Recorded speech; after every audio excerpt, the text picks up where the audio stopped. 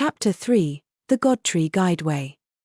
After 5 days spent riding in carriages and walking through towns, Eliza brought us to a large forest. This sea of trees rested at the base of a mountain range that formed the southern border of Zerbrudia. The map suggested it didn't cover much land, yet the verdant swaths of trees seemed intent on denying any human trespassers.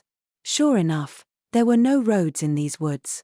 While there were gaps just wide enough for the carriages to get through, they rocked and bounced on the bumpy ground. If not for perfect vacation, I would have been anything but perfectly comfortable. We also traversed mountains during our vacation, and while they were old, there had been roads.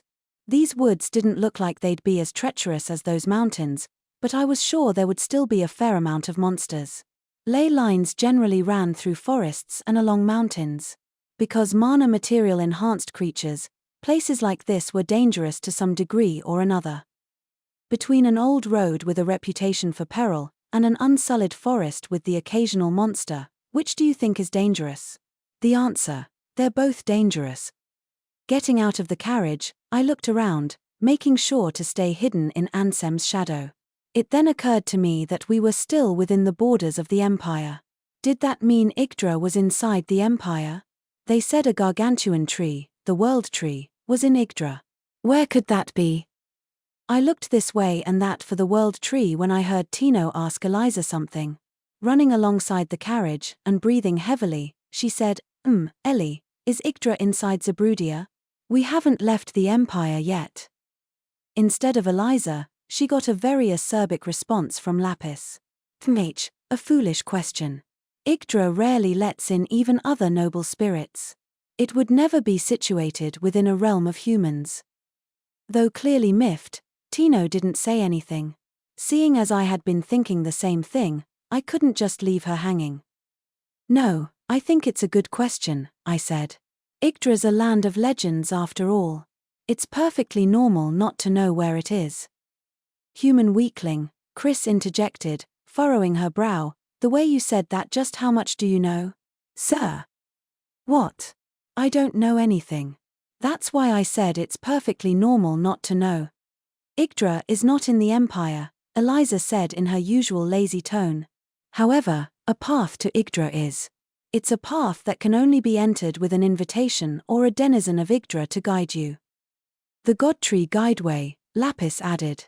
Facing war after war, the imperial family of Yggdra invented a new means of transportation that utilized the power of the ley lines. It's an invisible road that can be found in any forest inhabited by noble spirits. Utilizes the ley lines, Citri said with admiration. That's certainly the sort of arcane ingenuity I'd expect from a land of spellcasters. Yet in the Empire, research involving the power of the ley lines is strictly prohibited by law. A path only available to the chosen, is it? Like something out of an adventure tale.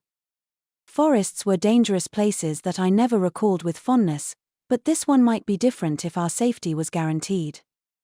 We haven't had a picnic in a long time, I said. That might be fun. As a security measure against intruders, the Godtree Guideway teams with monsters and mythical beasts of peerless might, Lapis said. There are monsters extinct anywhere else, and holy beasts that are exceedingly rare in the outside world. Remember, the Guideway exists above ley lines. These creatures aren't what you'll find in any old treasure vault. Of course, it's my understanding that we should be fine if we have a guide to show us the right way. Oh, that's awful. Why didn't you say so earlier? I wouldn't have gone and suggested a picnic. Liz's eyes shone when she heard what Lapis was saying. She must have still been in a foul mood over the monster lord or whoever getting away. Sounds like a good time, right, crybaby, she said. Maybe we should go the wrong way on purpose. Well, we don't have Luke with us. That just means more for the rest of us. Isn't that right, T? You have some insane ideas. Though there was a possibility that Luke would be a statue forever if we didn't hurry, Liz didn't appear at all concerned about it. I mean, it was Luke, after all. Now then, vagabond, Lapis said. You've already made the necessary arrangements, haven't you? Naturally, Eliza said. Glancing down at her long legs, She looked like something was bothering her. I'm putting my faith in you. Though I guess now that we've come this far, turning around isn't really an option. Liz and Citri were both exuding anticipation.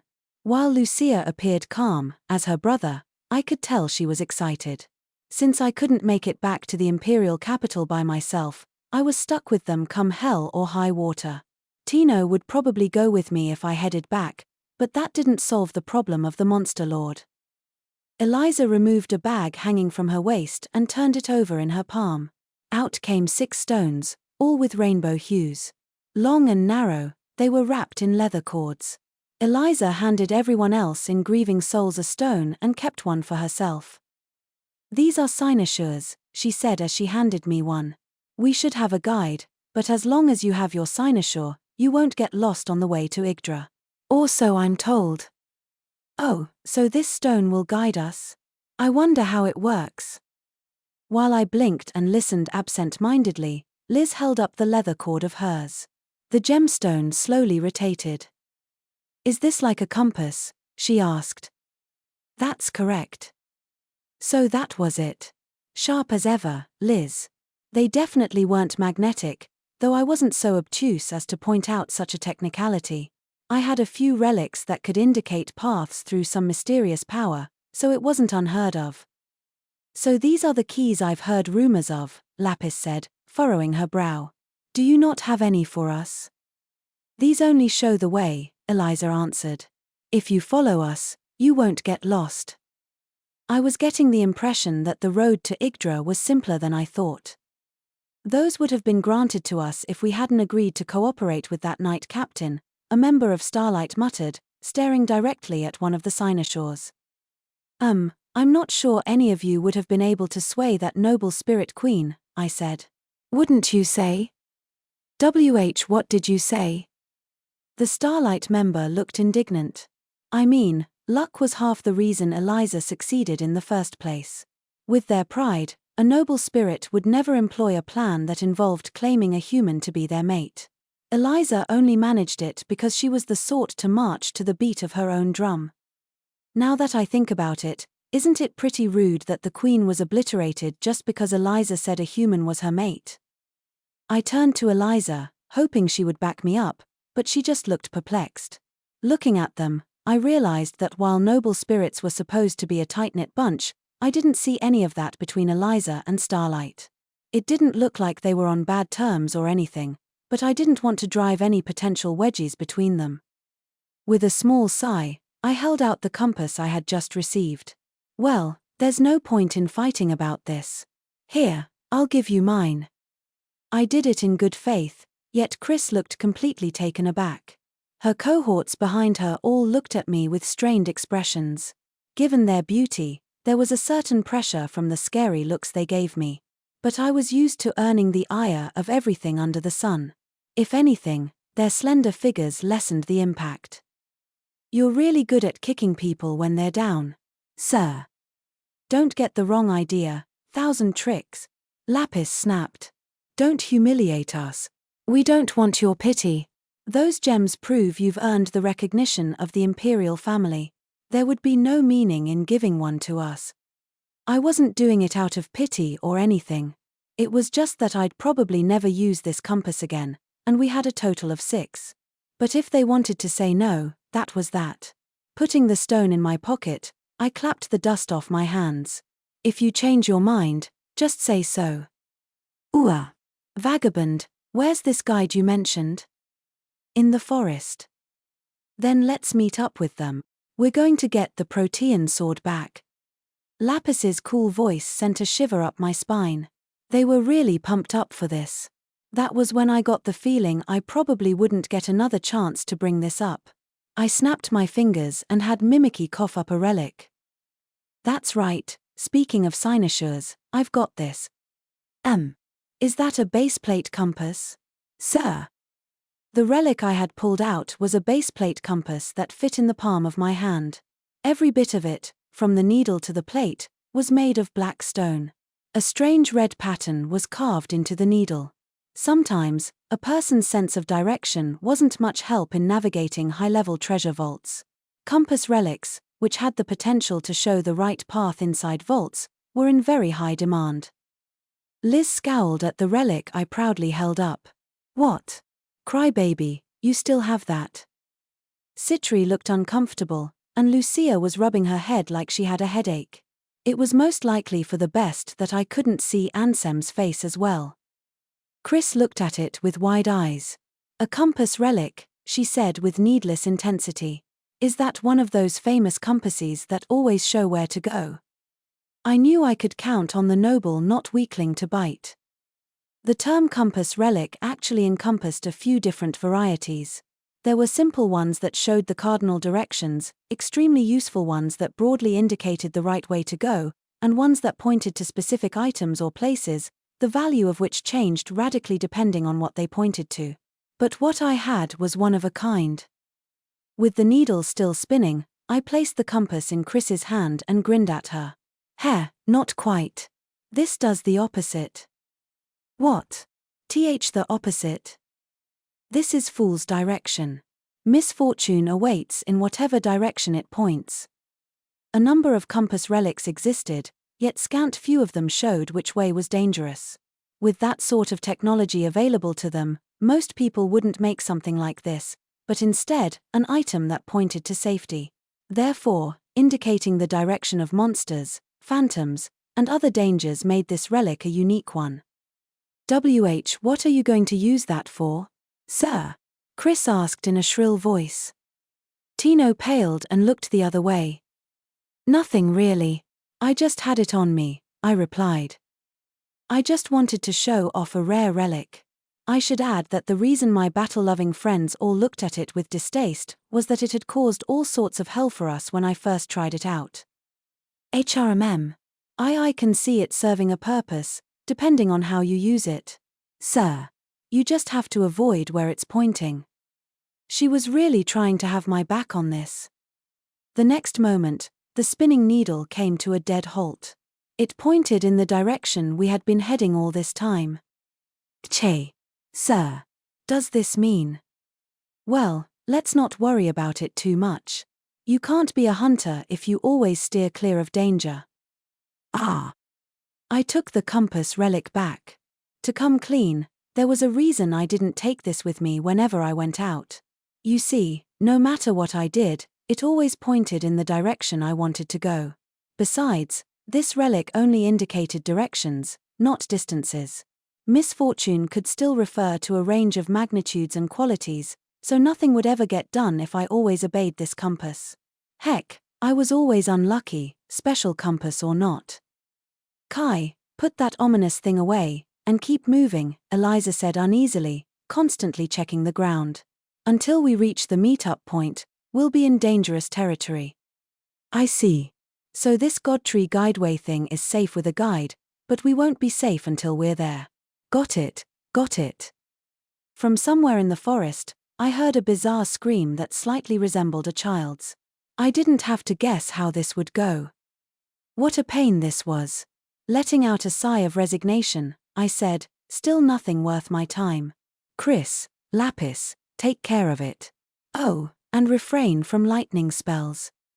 While it had been a while since I had last worked with them, Starlight's powers were far beyond what I recalled.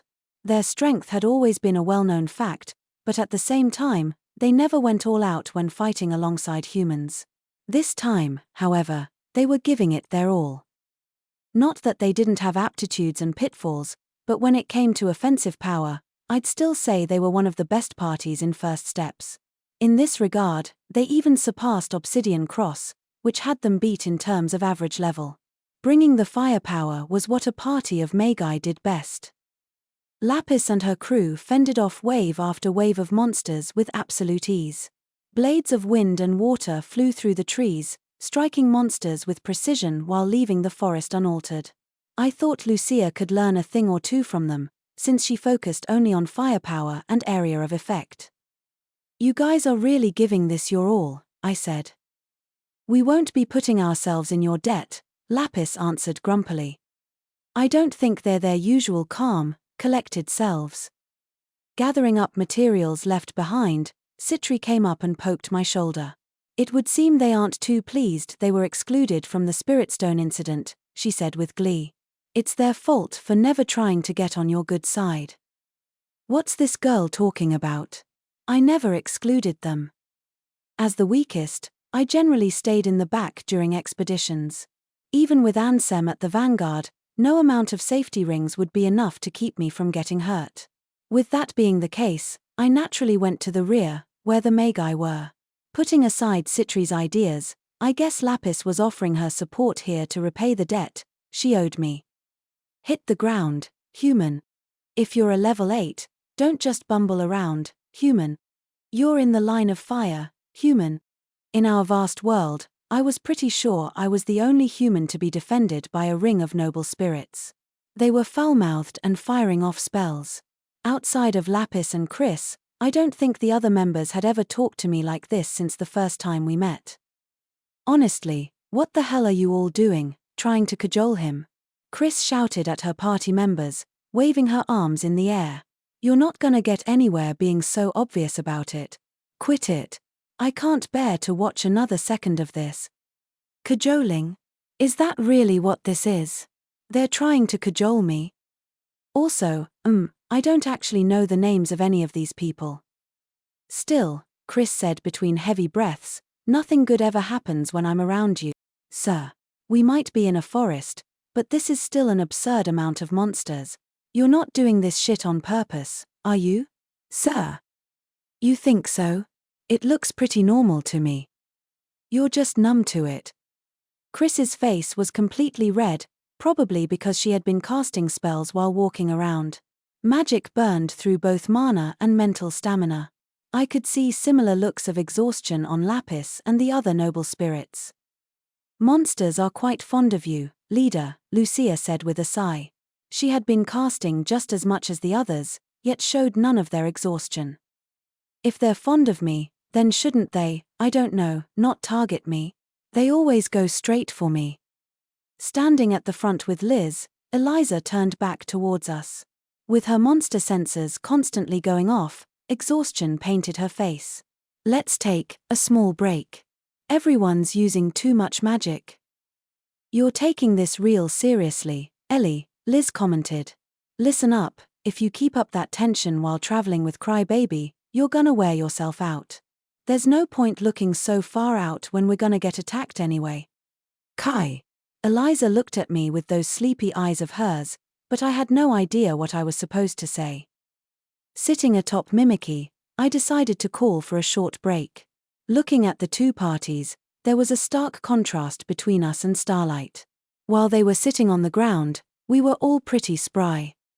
Liz had taken Tino to scout up ahead, while Citri and Lucia were sorting through the monster materials they had collected. For whatever reason, we found ourselves getting attacked a lot, meaning if breaks weren't used to sort through the spoils, then a good portion would get left behind. Kai, I'm going ahead with them. Keep an eye out here, Eliza said before heading off in the direction Liz and Tino had disappeared. I'm not sure what you want me to do. My detection skills are in the negatives. On the other hand, we had with us plenty of noble spirits, who were naturally good with magic and forestry. They all looked like they were on alert, so I saw nothing to worry about. Letting out a yawn, I found myself looking in the direction the cynosure was indicating when I heard a sudden voice from behind. Human. Would you be willing to lend that to me? The trembling voice came from a girl in a hood. I didn't know her name, nor did she look familiar, but I figured she must be part of Starlight. Her nervous gaze was directed at the slowly turning cynosure. See, I knew you'd want to borrow it. Honestly, noble spirits are way too proud. Of course I'd be willing to lend it to you. It'll probably be of much more use to you than to me. I tossed the cynosure, and the unknown girl frantically caught it, then bowed to me. Before I could say anything, she turned around and ran back down the way we came. Man, I get that you guys know your way around a forest, but going off on your own is still dangerous. What's she doing turning around? Man, these noble spirits love their freedom just as much as grieving souls. Looking down the road, a bit exasperated, Chris, tasked with making sure we were all okay, came up to me. You really do just kick back and relax no matter what's going on, sir. Well, I'm used to this sort of stuff. More importantly, though, one of your members just ran off in that direction. Separating from the group like that can't be safe. It's not often I feel the need to point out someone else's mistakes. Hearing this, Chris blinked a few times before going over to check her party. Everyone's there. What are you talking about, sir? Her. Having successfully completed her mission, Uno returned to Adler deep within the forest. The young girl handed Adler a mysteriously glowing gemstone, which she held up to eye level. A sigh of admiration escaped her lips. The strange stone wrapped in leather cords, the cynosure, faced one direction and didn't move from it. Good work, Uno. So this is the cynosure the Thousand Tricks was talking about. I don't believe it, Uno protested, pale as a ghost. How could a famous hunter fail to realize that his group had suddenly gained a person? Adler responded with a shrug. She knew that they would need one of these keys or whatever they were to do what they set out to do. If there really were a place prowling with holy beasts and primordial creatures, then that would aid their goals. By keeping a watch on the Thousand Tricks, they were able to tail him. However, that was proving meaningless, since the hunters were taking down all the monsters before Nocturnal Parade could get to them. In other words, they needed to figure out a way to get ahead of them. This all made sense. What didn't make sense was the idiotic plan they had employed. Adler licked her lips. But it's worked so far, hasn't it? She chided Uno. Maybe smart people are more susceptible to dumb ploys than you might expect. Says the one who refused to do it herself. Uno, only you can make a clean getaway. Your elemental's dimensional submersion is perfect for making an escape. That doesn't do her any good if they get her before she submerges, Kint said with a snort. He was sitting nearby, legs folded. That's not a normal hunter, that's a level 8. Uno threw off her hood, revealing a face scrunched up and glaring at Kint. The designation of level 8 was a significant one. As a commander of monsters, Uno made sure to stay in shape, but she was not fit for battle. Meanwhile, a degree of battle competency was required for any hunter to reach a high level. While she didn't care to admit it, Kint was right. Without any fighting monsters, she would be no match for the Thousand Tricks. Well, even if she did have fighting monsters, Uno probably wouldn't be able to win on her own. While they were up against a fellow guiding hand, this one was of a different caliber than they were. He rode a treasure chest they had never seen, and showed no interest in trying to subjugate any of the monsters that came at him. If anyone from Nocturnal Parade had been in his position, they would have been all too glad to incorporate those monsters in their armies. No, even beyond that, this man was wrapped in enigmas. Adler furrowed her brow and looked closely at Uno. I guess I'd be asking too much if I said you should have taken the relic too. Though I would have liked to have it. Who was I supposed to take that? Just snagging that gemstone required a miracle. Besides, if that thing shows the way to misfortune, then I imagine it would direct us away from monsters. The man had removed several mysterious items from that treasure chest. He was so unfazed by incoming monsters that he didn't even bother to join the fight. Not only that, he had shown off a chain connecting 106 handcuffs. Did he mean to put those on the Astravor? It was an absurd idea. Just because it was called a centipede, it didn't actually have 100 legs, and that chain was too small for the Astravor to begin with. Yet that man didn't look at all like he had been joking around. It was unsettling in a different manner than Adler, who always ordered Uno and Kint around with unflinching confidence. Nocturnal Parade hadn't yet shown its true strength. Though they were sure they had the numerical advantage, they had never felt so uncertain before a battle. Besides, if you're correct, Lady Adler, then the enemy has already noticed that he was being watched by the manifest mirror. I'm still struggling to accept that the mission really went that smoothly. Capable of seeing great distances, the manifest mirror was an extraordinarily rare monster known to only a handful of people. It was supposed to be impossible to tell if you were being observed by it, yet that man had previously looked them straight in the eye. While it was hard to believe, if that man really had noticed them, Then why was he willing to aid his enemies by giving them a cynosure? Noticing how uneasy Uno was growing when nobody suggested anything, Adler's lips curled into a grin, and she let out a cackle. You see, I've got an idea, Uno. I think this is the 1,000 tricks acting complacent. Huh. Who? While rubbing the head of the Astroverus centipede, her favorite familiar, Adler pressed a finger to her black lips.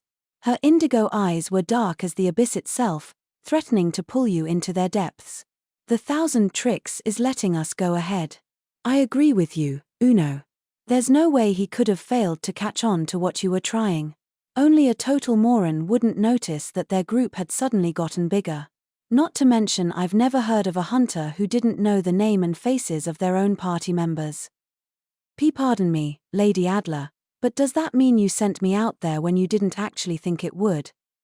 For one thing, you're not even a noble spirit, and for another, I saw how unnatural you were. That man is one skilled actor. This is the problem with humans. With her face flushed, Uno was seething. Did Adler realize how embarrassed she had been trying to put on an act she wasn't even suited for? Adler stood up, and as she did so, a cold wind blew through the trees. Uno felt a chill down her spine. The source of the breeze was Adler herself. Her lips were smiling, but she showed no mirth at all.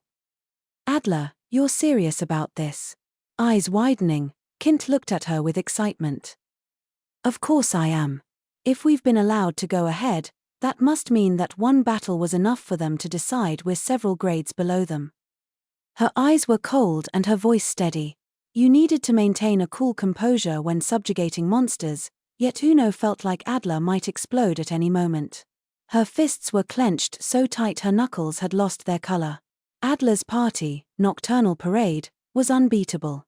They weren't particularly famous, but that was because they thoroughly stamped out their opponents. Nonetheless, even an idiot should be able to understand their might simply by looking at Adler's herd. Despite the indignities, this would have been fine had their foe been a hunter. Except that the incredibly unlikely had happened, their opponent was a fellow guiding hand. If a lord of monsters had seen their forces and still judged them to be inferior, then even Uno couldn't help but be irked. After a moment spent silently staring into space and holding back her emotions, Adler unclenched her fists and licked her lips. We'll take you up on your generosity, 1,000 tricks. I've got an interest in those beasts lurking in whatever road the noble spirits made. You called it the Godtree Guideway? Never heard of it. Yeah, but Adler, what if this is a trap? Maybe that man can't tame those crazy monsters or whatever, so he's using them as a trap for us. He's right, Uno thought. That's certainly possible. Hearing this unusually constructive opinion from Kint, who generally didn't care much for thinking, she found herself watching Adler closely. While they could indeed control monsters, that didn't mean it was a simple process. Bringing a monster under one's command generally required defeating said monster. Failure meant death. Yet Adler replied with complete certainty. That's a possibility, Kint. If we tame a monster that man couldn't, that would make us superior. We would also increase our might, which would mean killing 2 birds with 1 stone. Well, I guess so. They really took a simple approach. Neither Adler nor Kint was considering what might happen if they were to fail. If they were dealing with an ordinary human, victory would likely be within their grasp. But if they were up against another guiding hand, then the strength of their monsters would be a key factor. Even a skilled guiding hand could lose if it had weak monsters. The unsettling thing was that that man definitely hadn't yet shown so much as a tenth of his power. The 1,000 tricks had been joyfully showing off a compass that pointed the way to misfortune. What this meant was that he had become strong by accepting whatever troubles life threw his way. The monsters that gave him his confidence had most likely been tamed after overcoming vicious battles. However, the die had already been cast. Now that this fire in her had been lit, Adler wouldn't stop even if she was up against a superior opponent. That, too, was probably a necessary trait for any monster lord. We'll enter the road first, Adler said. Before that man can, we're going to get a look at those monsters set loose by the noble spirits. There was no arguing with her. Just as the 1,000 tricks did, Adler possessed the ability to make people do as she said. Nocturnal Parade was the army of Adler, the demon lord. If she made a decision, her retainers had no choice but to do their best to see it carried out. Worst-case scenario, Uno could use her monsters to escape. After a brief sigh, she put on a smile and stood up. Well then, let's not waste any time. I think we should set up an obstacle to hold them off, then get ahead while they're preoccupied. Kint, this is your big chance to make up for your failure the other day. Kint let out a sigh of resignation. I wanna ask why I'm always the one who has to do stuff like this. But after getting knocked out in one blow, my pride's on the line here. The forest rustled as if agreeing with him. Zork, the dark Cyclops swordsman, sat with its legs folded and looked down at Kint with a sharp eye. Of all of Adler's armies, Kint's was the largest. It was so large that it was impossible to travel with all of them in most circumstances. In fact, when they encountered grieving souls on the plains, only a small fraction of the army had been with them. Numbers are power. Their quality notwithstanding, the ability to command such large swaths of monsters made him a worthy general. Kint, do everything you can to keep them from moving forward, Adler said. Since you're just going to rely on numbers, we can make up for the losses later. Against a fellow guiding hand, I'll just be slowing them down, huh? I'm not gonna use Zork here. Kint got up and whistled with 2 fingers in his mouth. The shrill sound echoed throughout the forest. When commanding a large force, it was crucial to be able to convey orders to every unit. Kint had the uncommon ability to give out specific commands via whistling, something neither Uno nor Adler could do. The ground shook, and in the distance, there were roars, vigorous roars of warriors ready for battle. After a small sigh, Kint turned to Adler and said, I ordered all the units in the forest, besides the ones here with us, to break into small squads and attack sporadically. I told them to fight until they die, even if they're up against Magi. But, you understand this, right? I'm throwing away a force I've been building up for a long time. I need results that'll make this worth it. Kint gave Adler an overpowering glare, to which she just shrugged. Of course, General. It won't be long before I'll have you an army better than ever. Misfortune is never a reasonable thing. Incidents always come out of nowhere.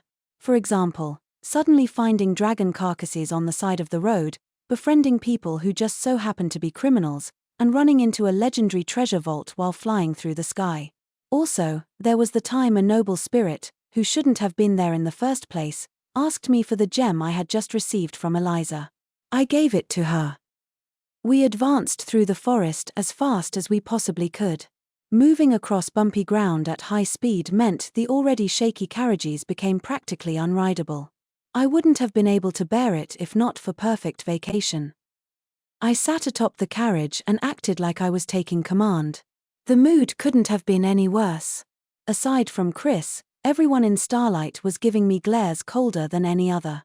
It was pretty reasonable that they were angry. From their perspective, I had simply handed off a noble spirit gem to someone who appeared out of nowhere. I thought showing myself outside of the carriage would mollify them a bit, but it wasn't having much effect. You've got a real knack for doing insane shit with no warning. Sir.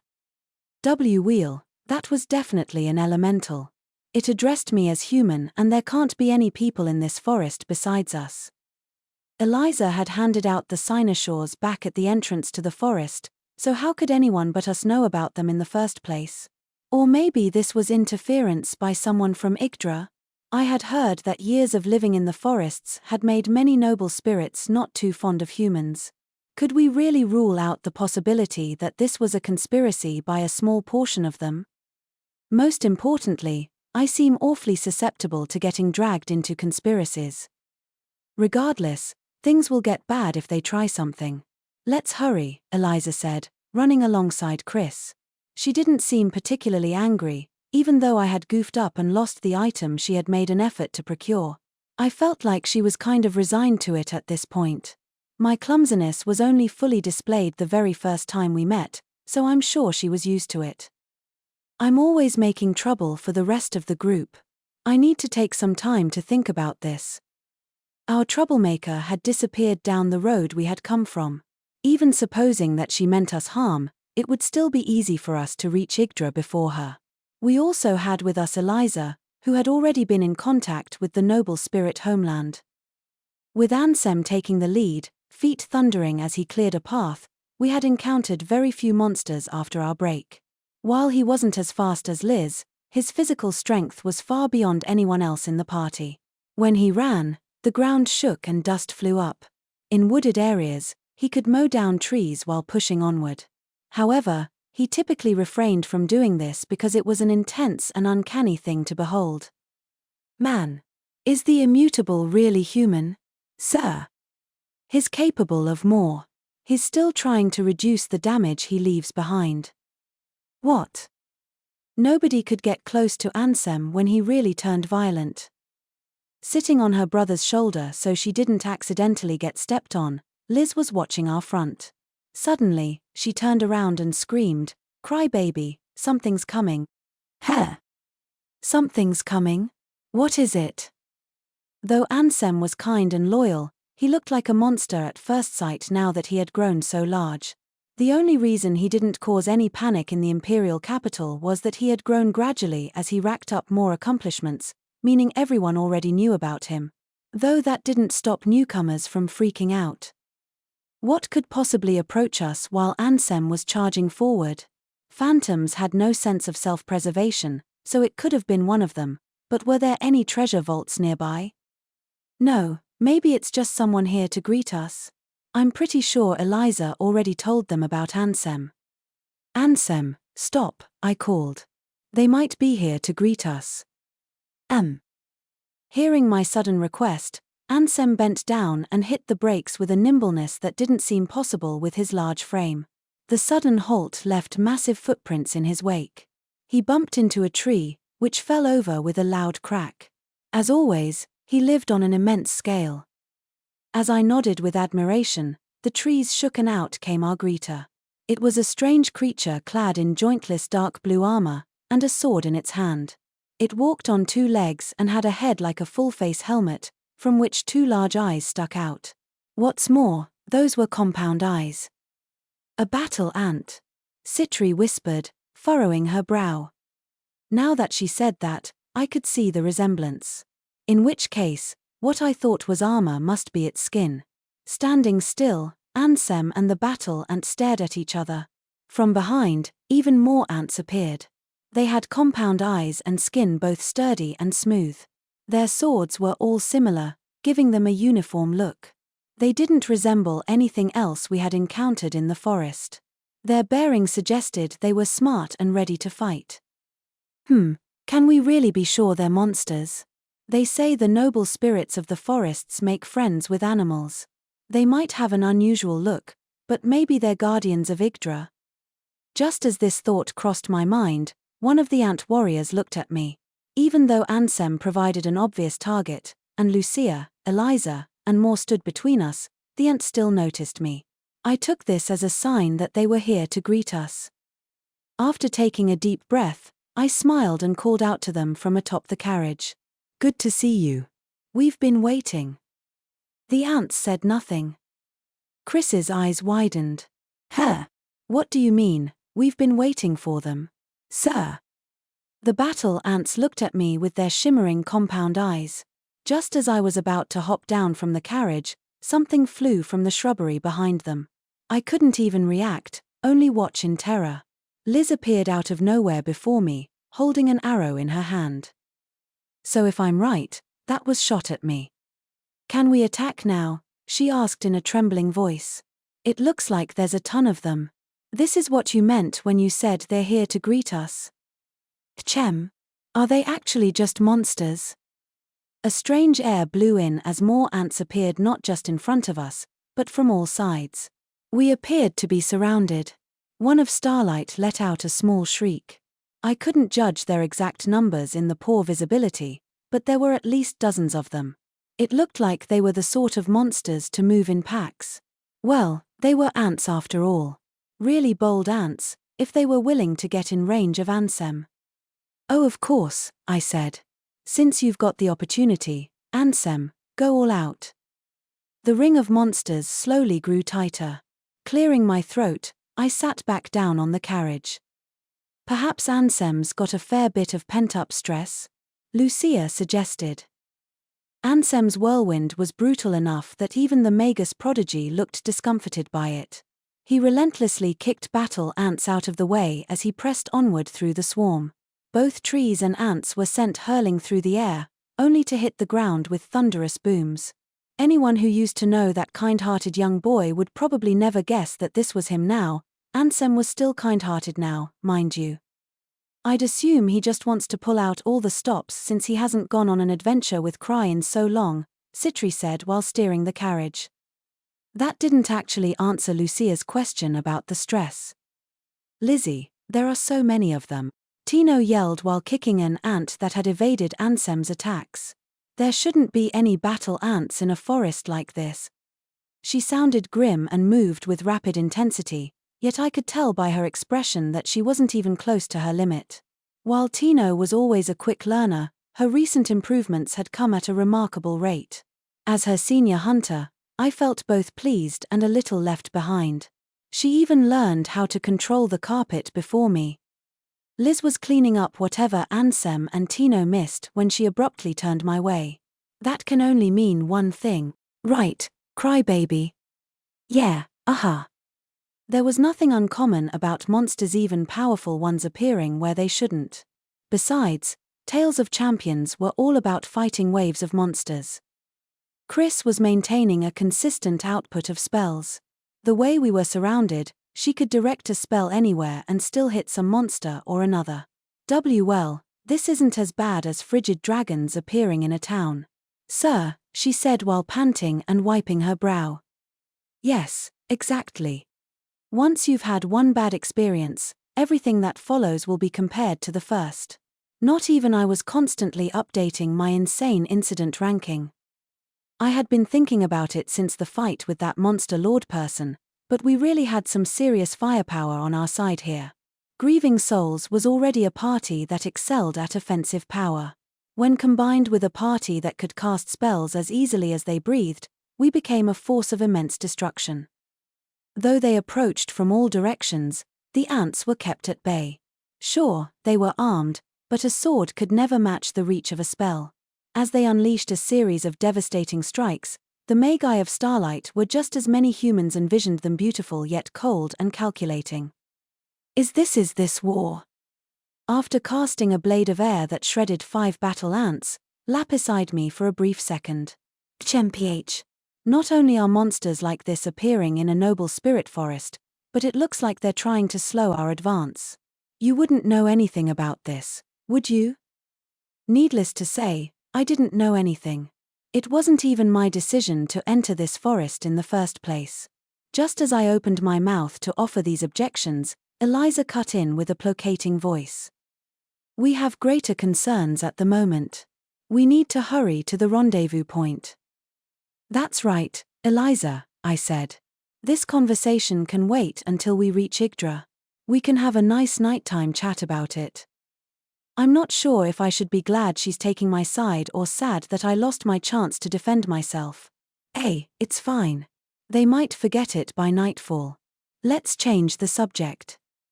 Man, I can't believe we've got all these sword-wielding monsters, yet our resident sword maniac is a statue. He was saying he wanted to test the 1,000-man cutter, Lucia said while using a water spell to stop a volley of arrows headed my way. Things really weren't going his way this time. Well, with Ansem cutting loose, he wouldn't have been able to get in the fray anyway, Lucia added after hearing a calamitous shout from Ansem. With most of the swarm's attention on him, he shook his body and roared. With the force of his quaking alone, he scattered the ants clinging to him. He followed up by knocking them airborne with his gigantic arms and legs. When he was really on a rampage, he didn't pay much attention to precision. Lucia was the only person who could slip in an attack on someone being engaged by Ansem. It would indeed appear that their objective is to slow us down. They're sacrificial units, Citri said from the driver's seat with a clap of her hands. The carriages might not be fast enough. I say we abandon them. Huh! Chris yelled. Even if we were crazy enough to do that, What about the horses? Ahem. Our horses are trained to escape from monsters and return home. Does Starlight not do the same? Lapis's eyebrow twitched when she heard this. Any horse capable of pulling a hunter's carriage and traveling through perilous lands was a valuable one. Abandoning the horses on the Starlight carriage would have been particularly difficult, as they were so beautiful that even I found myself captivated by them, and I didn't have much interest in horses. Another thing, what Citri said wasn't entirely true. It wasn't that we trained our horses that way, it was just that those she described were the only ones that survived. Our carriage got attacked a bit too frequently. Regardless, there was no need to abandon them now that we had Mimikry. Though the horses were large, so was Mimikry's mouth. If we tried, we should be able to fit them through.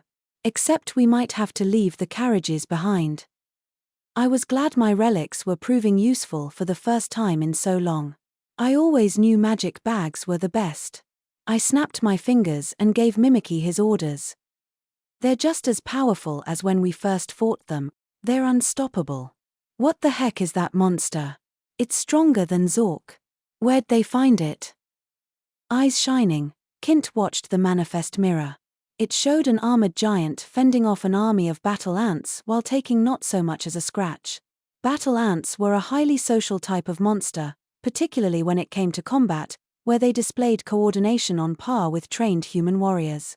He had to admit that he was impressed by how the giant broke through the ants' highly organized ranks.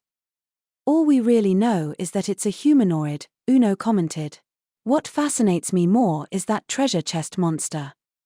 She had been startled by the sight of it swallowing up those horses. She didn't think they had been eaten, which suggested they could be removed just as easily. While the chest looked like it had its own restrictions, it still seemed to have a level of utility comparable to the manifest mirror. In a perfect world, she would have asked where they had obtained it.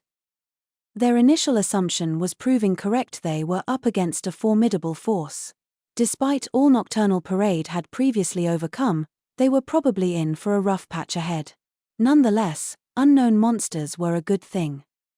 While Uno and Kint talked eagerly, Adler let out a discontented snort. Still, they're being held back. Or maybe they're letting themselves be held back. So this is the Godtree Guideway? It looks like nothing more than a decrepit gate to me. For the past few hours, they had been following the guidance of the cynosure. They were heading along an animal trail when it abruptly stopped at a moss-covered stone gate. Though it was oddly mystical, it still looked like nothing more than an old ruin. Beyond the gate was more forest, and that was where the cynosure pointed into the green depths that lacked so much as a road. Is it a magic path? She wondered. Doesn't look like much. You wouldn't notice it otherwise. But if I concentrate, I can just barely feel a mysterious force at work, Uno said. The forest was quiet beyond the gate. They couldn't even hear the wind blowing. Counterintuitively, this actually suggested that what lay ahead was something more than just woods. Squinting into the trees, Adler kicked a rock with irritation. Coiled up nearby, Uden's antennae moved about as if on alert. For a primeval monster like the Astroverus centipede, most monsters were nothing more than sustenance. Uden looks excited. Don't see that every day, she remarked. It looks like we've got something powerful waiting up ahead. Are you two ready? Of course I am, Uno said. No point turning back now, Your Majesty, Kint added. We're gonna tame something stronger than the immutable. Adler stepped through the gate without hesitating, Uno and Kint following behind. With steps that shook the ground, Zork went next, then the Astrovore let out a roar as it forced itself through. When the hard armor of the centipede bumped into the gate, cracks formed, and the structure collapsed. Then all was silent. After abandoning the carriages, we proceeded as fastly as we could while clearing out the battle ants and other monsters. All that changed for me was that I switched from riding the carriage to riding Mimikry. But the rest of the party was unstoppable now that they no longer had the carriage burdening them. They had an abundance of vigor and an absence of fear. As a bonus, we had Starlight, who knew all about forests. Trouble may have had a way of making its way to me, but it was hard to see anything going wrong in these conditions. I was nodding with satisfaction at the sight of my frenzied friends when I heard a muffled boom, followed by our vanguard, Ansem, sinking into the ground. "Antsy!" Tino cried. "Ah, was that a pitfall?" I asked. With Ansem up to his neck in dirt, battle ants poured out from the foliage. They must have anticipated our course and laid a trap for us. What smart monsters they were. Surrounded by armed soldiers, there was a brief span of silence. But that was quickly broken by a roar. Mimikyu took a wary step backward. The ground rumbled, then a large figure flew upward with incredible speed. Ansem had jumped. He was as heavy as you might expect him to be, but the majority of his mana material had been allotted to physical strength. His top-class healing skills were a product of monumental effort. Ansem was by no means sluggish. Stopping him with a pitfall was impossible. Burying him would get you nowhere, a fact I knew from witnessing it firsthand. I heard the crunchy sound of something hard being flattened. After landing atop the crowding ants, Ansem swung his arms, clearing any in his surroundings. Neither a legion of swords and spears, nor a shower of arrows fired from the shadow of the trees could break his stalwart defenses. I wasn't sure just who was supposed to be the monster here. Even if Citri was right in that these were sacrificial pawns, there were some things in this world that couldn't be overcome through sheer force of will. And if they could, that wasn't necessarily a good thing. After cutting down a host of ants, Ansem resumed the push onward as if nothing had happened. Everyone in Starlight was pale as a ghost, and I really couldn't blame them for being shocked by what we had all just watched. Making a quick glance behind us, I saw a path piled with a disturbing plethora of monster corpses. I hope we go a different way on the return trip. Right as I thought this, Ansem came to a halt for the first time. Eliza walked over to me, angling her vague eyes upward since I was still on Mimikyu. "Kai, we're here," she said simply. "Let's take a look." After dismounting Mimikyu, I followed Eliza's pointing finger, which led me to a massive boulder. However, within moments I realized it wasn't just a boulder, it was clearly man-made. Though it was covered in moss, it had been sculpted. Eliza pulled out her cynosure and held it in front of her eyes. After a bit of spinning on its cord, the gemstone stopped, pointed directly at the boulder. "Here at last. So this is the gate of the famous Godtree Guideway? It looks like it's collapsed. Wait. Isn't someone supposed to be here to greet us?" Lapis asked with a grimace. "I don't know. There was supposed to be someone waiting for us. Something isn't right." Eliza then looked at me. Was there something I was supposed to be doing? I could generally tell what my childhood friends were thinking, but I hadn't yet reached that point with Eliza. I started by making a quizzical expression, to which Chris furrowed her finely shaped brow. "If the gate's collapsed, then we can't enter it, can we? Sir, what do you think?" "That's no problem," Eliza said. "This gate is nothing more than a landmark. You can be sure of this because the cynosure is pointing beyond it." "I'm glad we didn't walk all this way for nothing, but this is supposed to be a rendezvous, right?" Liz said. "What's your call, crybaby?" Let's see." One of Lapis's party members spoke up in a trembling voice.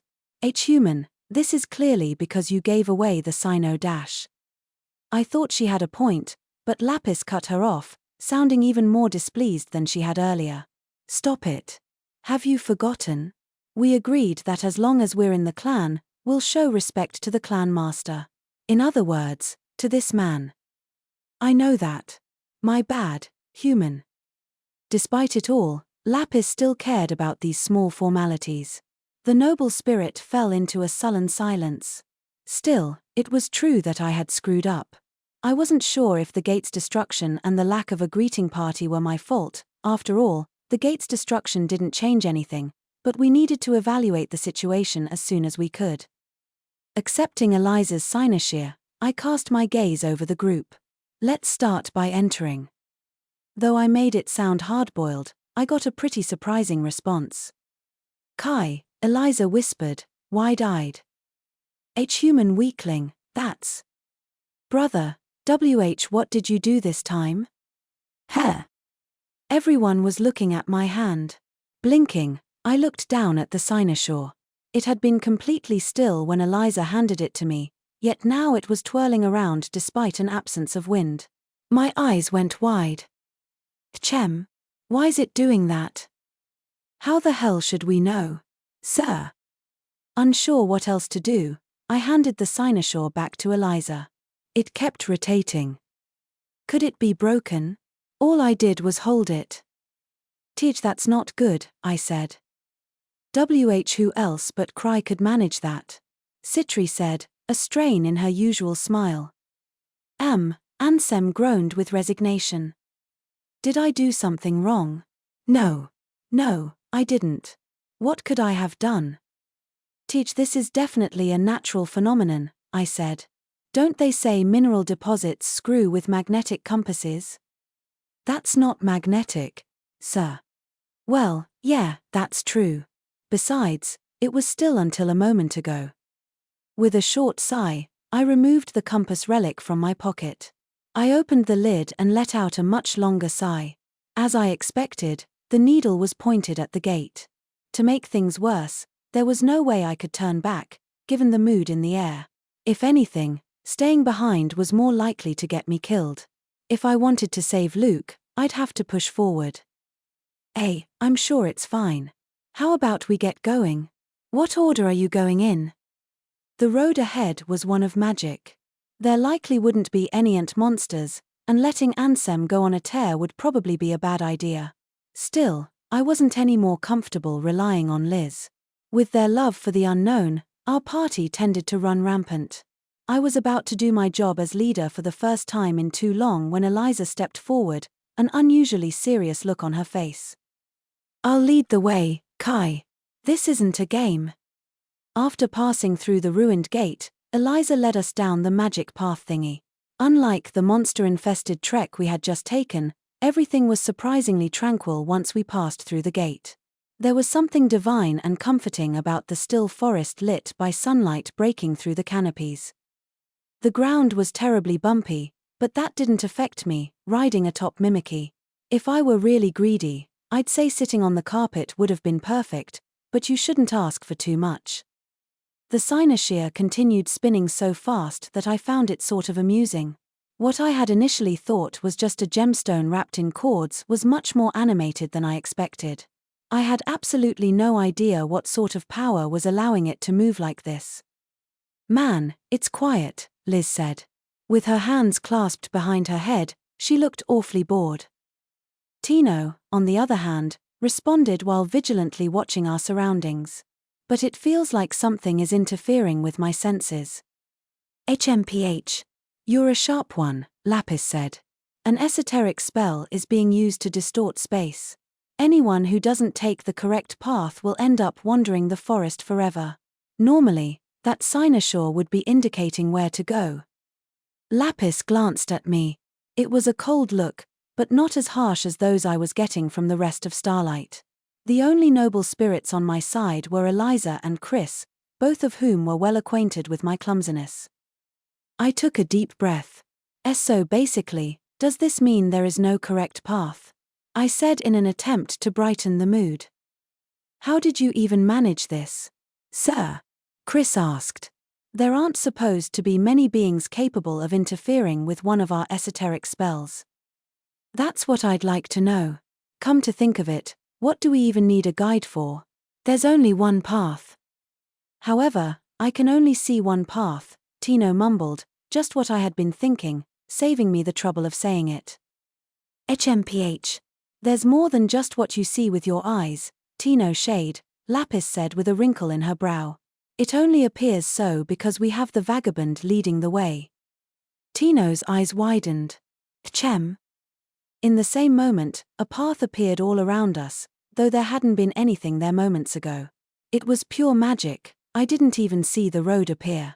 I felt so sure there hadn't been anything there, yet I began to doubt my own memories. Just. Tino gasped with awe. An esoteric noble spell. Oh, how fascinating, Citri said. But it's pretty unfair, Liz said. Without a guide, you just have to go on intuition, don't you? I could make it, though. Honestly, she probably wasn't wrong. A good thief had that sort of sixth sense. Though she could be a handful at times, there was nobody I'd rather have in this situation more than Liz. I nodded with unfounded confidence when she suddenly turned and gave me a big smile. And we've got you with us, crybaby. Heh. Yeah, I really didn't know what she was hoping I might do. But now some of the noble spirits are giving me severe looks. Eliza continued to lead the way. Despite my certainty that something would attack us, I didn't see the slightest hint of a monster. Were the vicious creatures that supposedly lurked in the Godtree Godway on vacation or something? After a bit of walking, our surroundings suddenly opened up. Eliza stopped, and Liz let out a low whistle. My eyes flew open. The dense forest had suddenly opened up into a wide area, like a plaza. In it, there were countless structures like the gate we had seen earlier, all of them leading off to different paths. Something about the scenery reminded me of a treasure vault. Formed by mana material from all over the world, vaults would at times take on a supernatural atmosphere.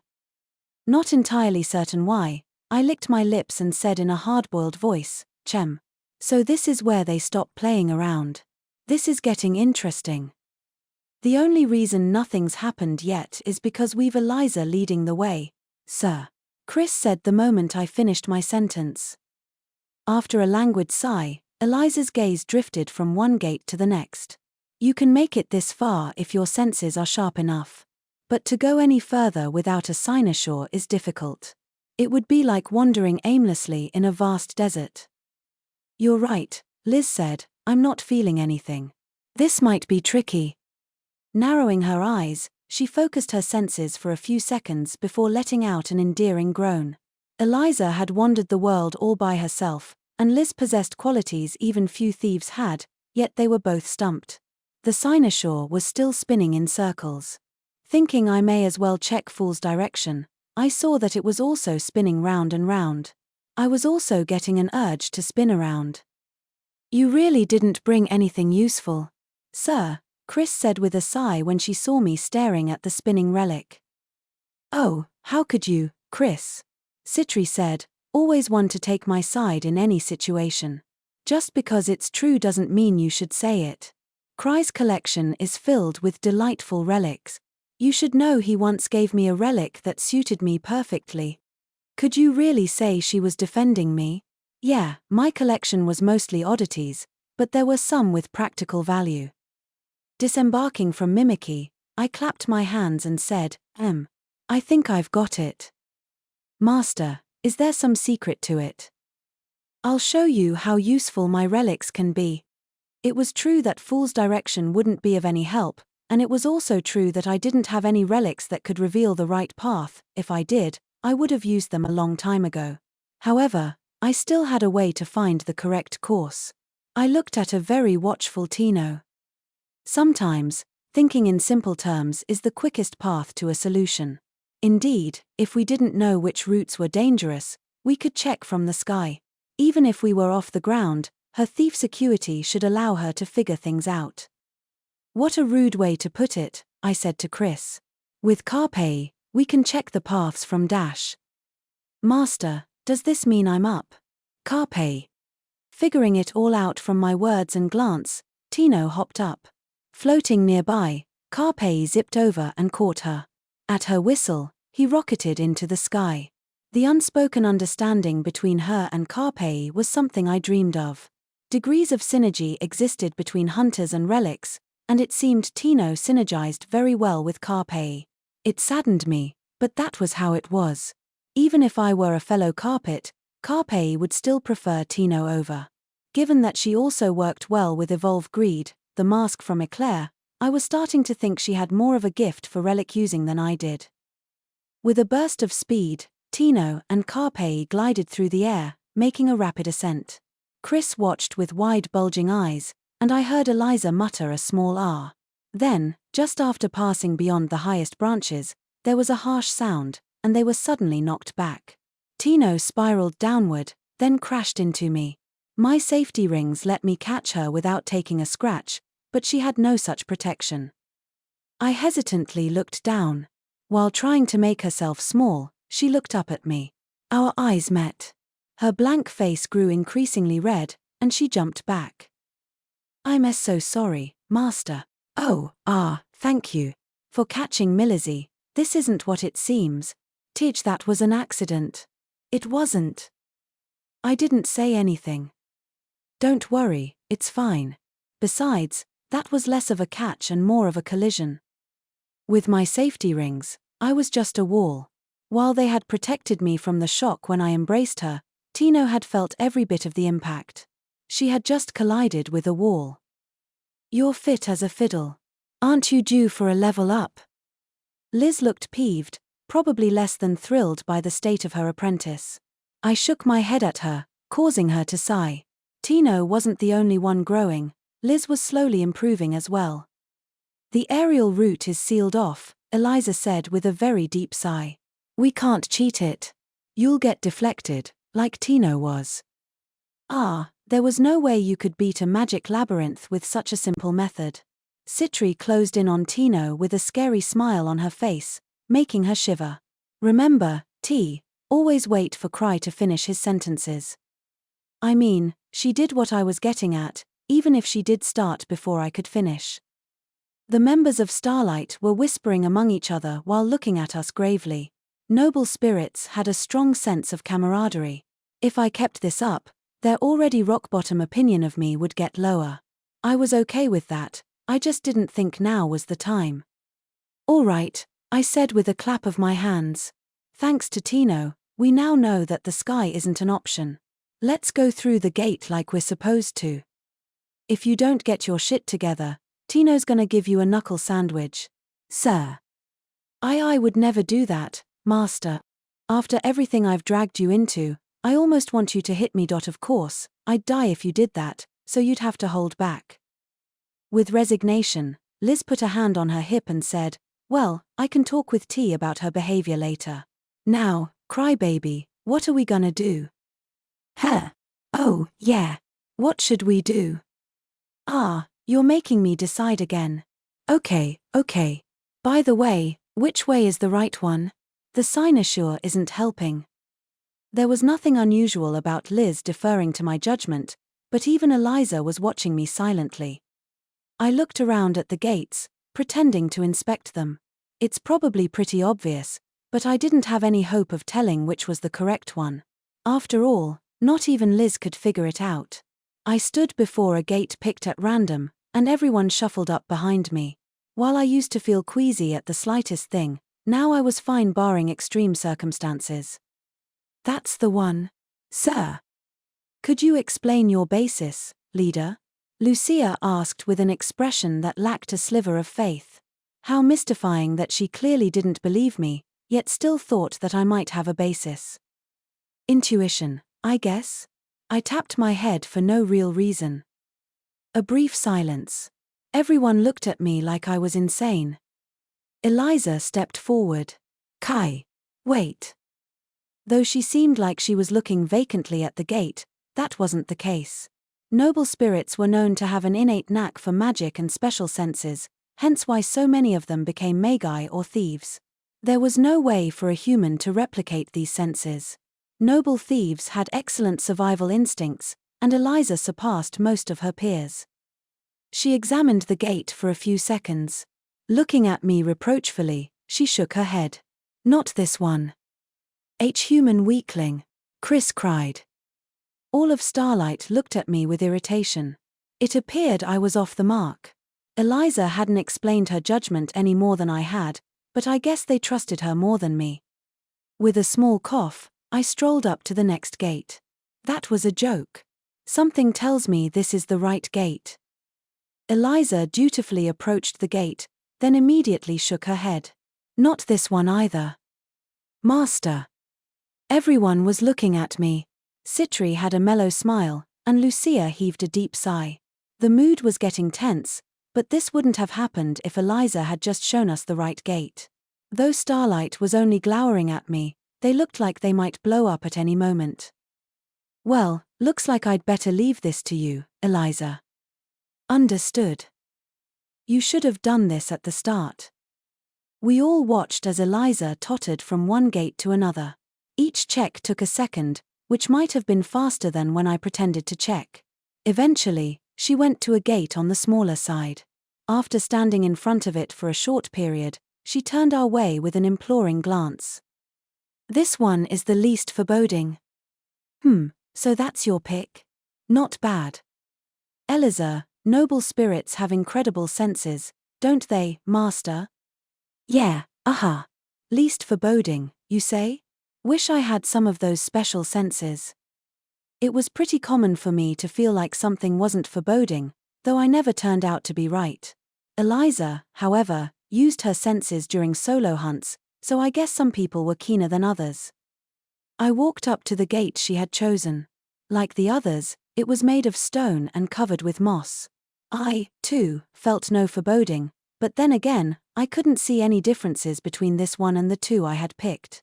However, our rate of facing certain peril had dropped since adding Eliza to the party, so I had faith in her skills. Eliza's danger rate, by the way, spiked after joining our party. I wonder why. After giving the gate a few aimless pats, I was about to march on in through the gate when Eliza snapped at me. Wait, Kai. Chem. What? Eliza pushed me to the side before looking up at the gate. She had a look of uncharacteristic intensity, her sharp ears trembled slightly. At last, she turned to me, looking utterly baffled. It's not this gate. Huh. It became unsafe just now. What does that mean? Lucia and Citri traded glances, suggesting this was something new to them. Eliza restarted her examinations. After passing by all the gates, she returned to one. This one. I'm certain. Wasn't there supposed to be only one? You know what, never mind. It's not like we had any other way of knowing the right path. That cynosure was just spinning around.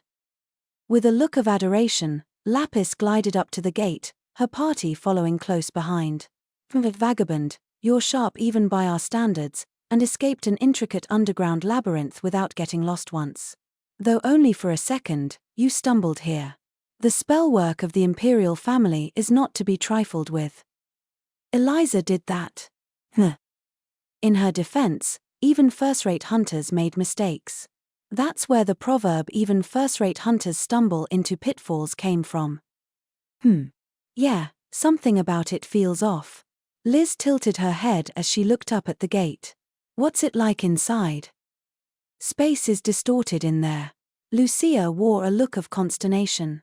The flow of air and light is different, which would explain why even someone with sharp senses might get lost. It's your worst enemy, Liz. That was a rare reaction from them. My judgment must have been pretty good, seeing as I was the one who brought Eliza into our party. Exceptionally pleased with myself, I walked up to the gate and rubbed its rough surface. Just as I was about to step in, I heard Eliza yell. Kai, wait. Huh. Pulling my hand, she moved herself in front of me. After a few seconds of scrutinizing silence, she let out a deep sigh. It's not this gate. I couldn't keep the surprise off my face. What? Again? It was fine a moment ago, but not anymore, she said, almost defensively. Kai, did you do something? Before I knew it, I was checking everyone's expressions. Eliza was perplexed, and Citri continued to grin despite the circumstances. Then there was Starlight, all looking at me with frigid glares. I shivered. While I was never good at reading the mood, and often got yelled at for it, the tension here wasn't lost on me. Is this, another misunderstanding? No, I didn't do anything. Rather, I wanted to ask if anyone else had done something, and what was going on in the first place. I wasn't trying to do anything, nor did I have any particular abilities. Sure, the timing was bad, but why did they think I was to blame? Oh. Dropping a fist on my palm, I then rubbed the rough surface of the gate. Tino took a cautious step back. I was about to explain that I wasn't doing this for any real reason when a member of Starlight mumbled something. That's enough of your games, human. Hey. Lapis turned around and gave her party member a stern look. Yet the noble spirit remained undaunted. She must have reached her limit. No, just this once, let me say it, she continued. Lapis, are you okay with this? I won't deny that securing the cursed stone was impressive work, but he's not only flaunted this achievement, he's taken advantage of our quiet obedience to mock us. As noble spirits, we have our pride, and it does not tolerate this sort of behavior. Heh! Quiet obedience. What? When? You've been giving me nasty looks this whole time. There was a short staring match before Lapis sighed and stepped to the side. The Starlight Hunter stepped forward. She had a thin frame and was just a tad taller than I. Her gaze was piercing, but she was beautiful enough for me not to mind. There was a reason they were regarded as the prettiest party in First Steps. Now, the idea wouldn't have come up if they weren't also a skilled party, but half the reason we'd had them join was because we knew they'd attract clients. It was Citri's idea. I could tell from the look in her eyes that she didn't have a high opinion of me, but she still wasn't as bad as most of her kin. Some noble spirits were constantly deriding humans, whereas others would be grinning while secretly plotting against you. Starlight's straightforward honesty alone made them plenty easy to deal with. On the other hand, it's only fair to mention that the reason only Kris and Lapis ever came to the clan house was that the others were prone to stirring up trouble. My bigger concern was the plummeting mood of my own party. It was only because Starlight was part of our clan that they hadn't done anything yet. But I didn't see their patience lasting much longer. While their tempers had improved over the years, they still had their limits. Meanwhile, it would take more than the grievers to make Starlight back down. Now, what do I do? Before I reached a conclusion, the Starlight Hunter opened her lips. I was wondering what verbal abuse she might have in store for me, but Eliza cut her off. She stood in front of me protectively and said in her usual sleep-inducing voice, "Wait. We shouldn't assume this is Kai's fault." "Yeah. Eliza's right, madam." Kris was quick to cut in, sharing her own opinion. "Think about it, I don't care what sort of human he is, he couldn't possibly interfere with a noble spirit spell." Making friends with her proved to be a good move. The other Starlight Hunter was taken aback by her comrade's objection. I assumed that while she might be used to chidings from Lapis, their youngest member, Kris, or anyone else in the party, was a different matter. There was a momentary silence, then the blonde noble spirit cast a brief, doubtful look at me. "All right then. While I don't believe the 1,000 tricks, I'll accept it. So long as the vagabond can provide a convincing explanation." "It could be a coincidence," Eliza said with a bit of reluctance. Seeing this, the shortest noble spirit made a disdainful smile. "Now there's a funny idea. You forget this is the work of our imperial family. I've never heard of any problems with Godtree Guideway popping up. And are you gonna tell me it's a coincidence that the first shift happened after he touched a gate? You'd have to be stupid to believe it. If that's really the case, everyone in Starlight will not only bow and apologize, but will follow any single order you give us. No matter what it is. Are these people compelled to run their mouths until it drives them off a cliff?" Everyone but Lapis and Kris jumped aboard this baffling wager. Lapis shrugged and said with resignation, "An interesting idea. 1,000 tricks, I'll preside over this match. Not as the leader of Starlight, but as a neutral party. Noble spirits don't lie. If it's proven you aren't to blame, then on our pride as noble spirits, I'll see to it that they make good on their word." Kris snapped at her bold declaration. "Yeah, Lapis, just casually make this not your problem. I want out too, madam." Those were some impressive evasive skills Lapis showed us. I was kind of jealous. "By the way, if it turns out that I am at fault here, what do I have to do?" Everyone else in Starlight was thrown for a loop, but quickly regained their composure. One of them pointed a finger at me. "Now then, if we're proven correct dash." "Now we know what Starlight wants," Citri cut in with a clap of her hands. "Let's waste no time proving Krai's done nothing wrong."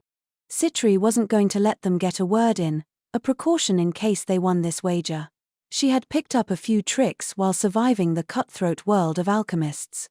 It wasn't a fair move, but I was facing false accusations here. Noticing what Citri was up to, Lucia sighed. But how are you going to prove it, Siddy?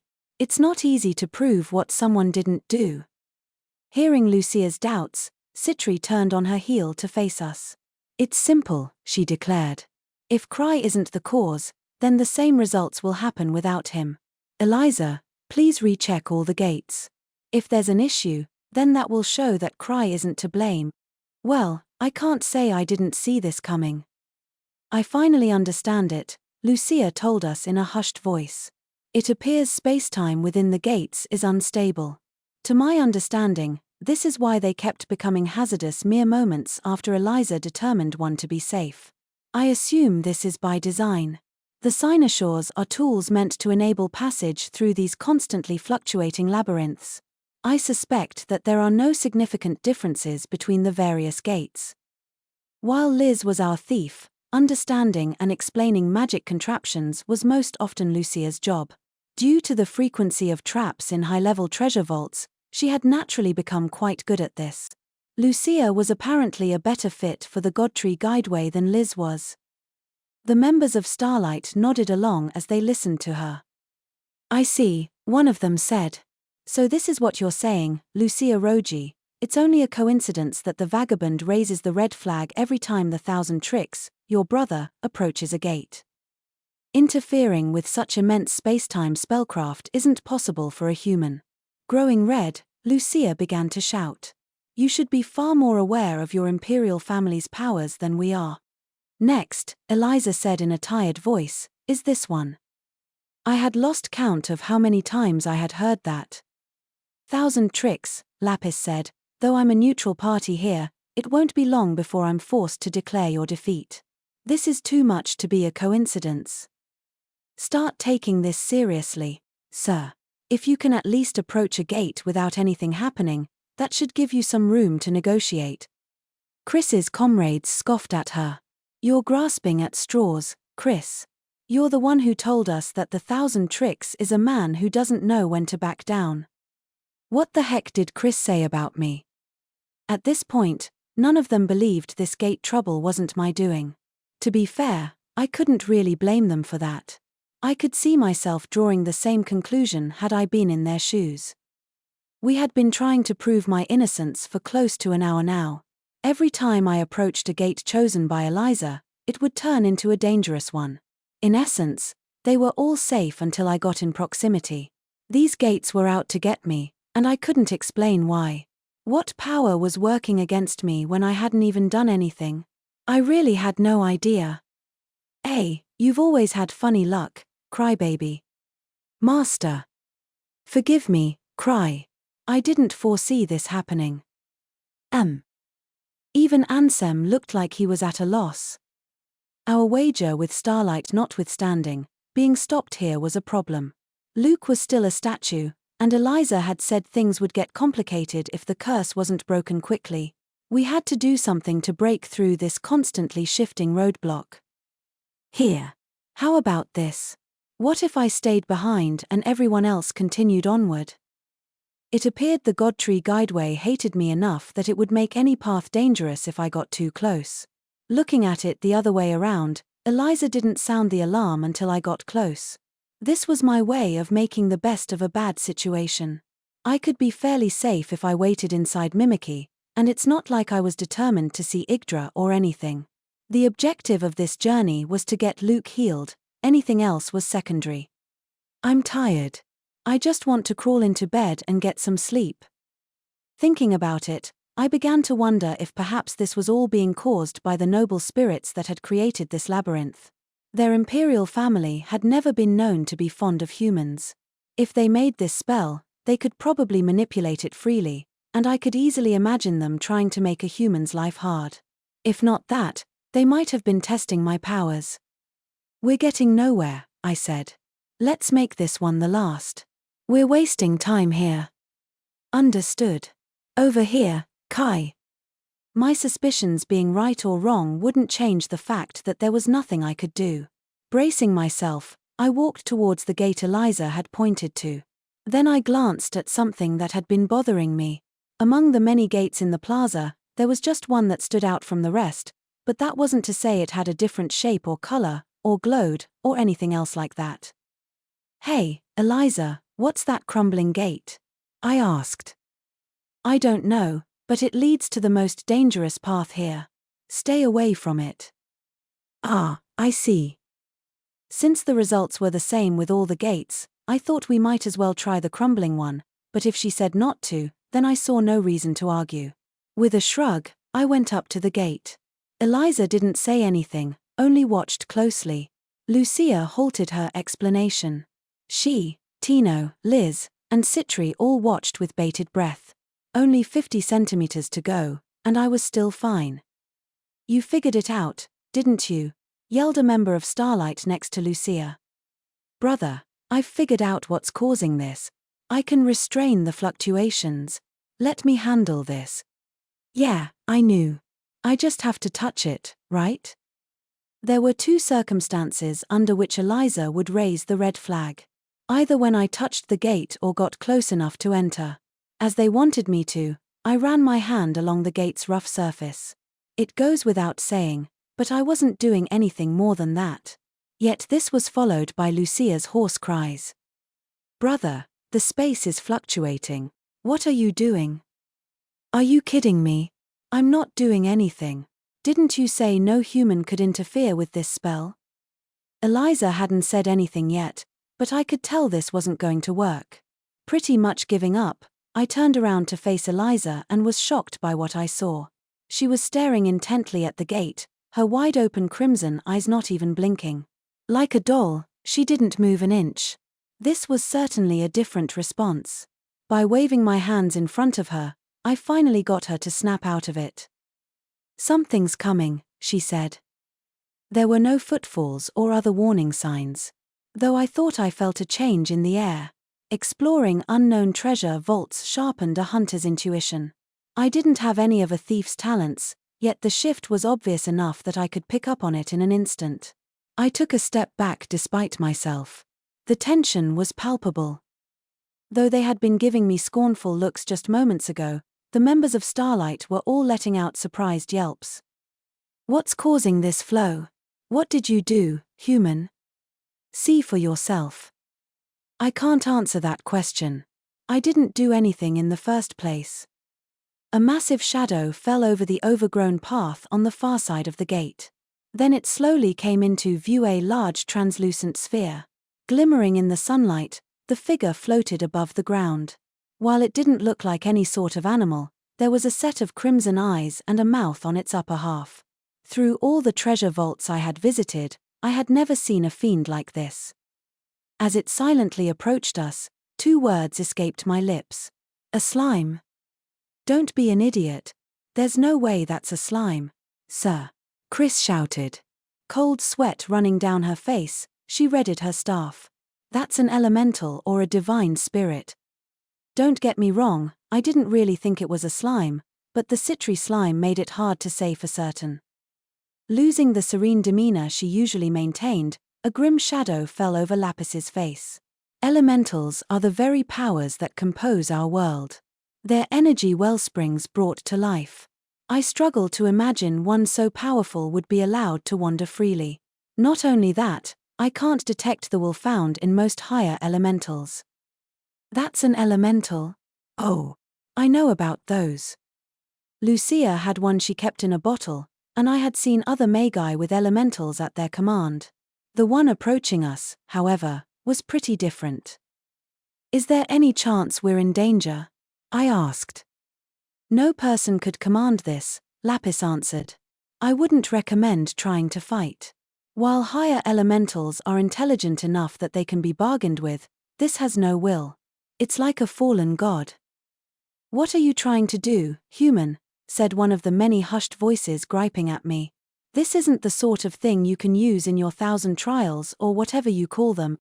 I don't know how I'm supposed to defend myself against that accusation. And just how many people have heard of the 1,000 trials?" That was when I noticed something. A person was floating at the edge of the massive sphere. Judging by the shape of her ears, she was a noble spirit. Her light green robe swayed lazily. "What's that?" said one of Starlight, noticing her. Someone's in there. Inside the elemental? That couldn't, but then. What in the world is going on? I couldn't tell if she was alive, but I certainly didn't envy her situation. However, this was an elemental we were dealing with. Not sure what I could do, I stepped back and called my ever-reliable sister. Lucia. She responded instantly. Standing next to me, she looked intently at the approaching elemental. Out of the corner of my eye, I could see her blanching. Being a magus probably made her aware exactly what sort of threat we had before us. Regardless, our party had never faced an obstacle we couldn't overcome. Though it looked like we had a tough fight ahead of us, Lucia was equipped with the knowledge she had gained at the academy. I trusted that she could find a solution that Starlight wouldn't have even imagined. Pinning my hopes entirely on her, I said my sister's name again. Lucia. I heard you, she said in a voice bold despite her trembling. She thrust out her staff and began an incantation. Hailstorm. That's not what I meant. What the heck is this? Forgetting she was in a battlefield, Aestia Firen, magus of Starlight, stared blankly. Without a moment's hesitation, the human magus had just attacked a higher elemental unlike any Aestia had seen in her home forest. Though the human was doing it at her leader's orders, nobody in Starlight could wrap their head around it. Elementals were nature itself. While lower elementals could be commanded, opposing one of the magnitude before them was effectively the same as opposing nature's wrath.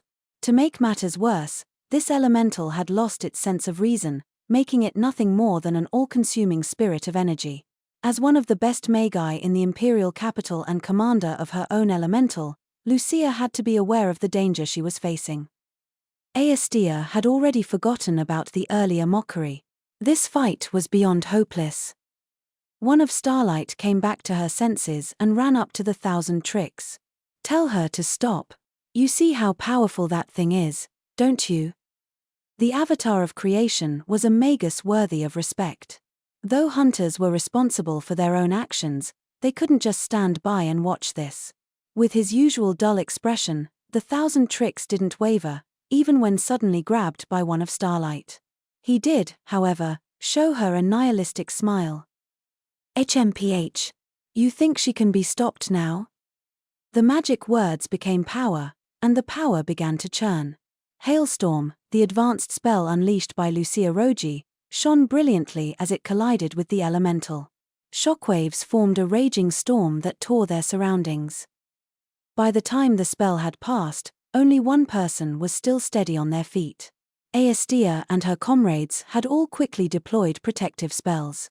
Even Ansem, the one known as the Immutable, had shifted his body to withstand the blasts. Yet that man stood there smiling like nothing had happened. Aestia couldn't fathom what he was trying to accomplish. All she could tell was that the 1,000 tricks had used some power or another to interfere with the Godtree Guideway and bring about this situation. Human weakling. Isn't there something we can do about this? Sir. Chris, the one Starlight hunter besides Lapis to be acquainted with that man, spoke for her entire party. Though she hadn't been hit directly, the force had been enough to dishevel her hair and drain the blood from her face. Her reaction was not unreasonable. However, the 1,000 tricks seemed quite surprised. Huh? Hold on. Huh? What's this asshole hooing about? He didn't really lure this elemental in the name of one of his stupid 1,000 trials, did he? Despite Starlight's expertise, despite having been around the creatures since birth, this battle was beyond their capabilities.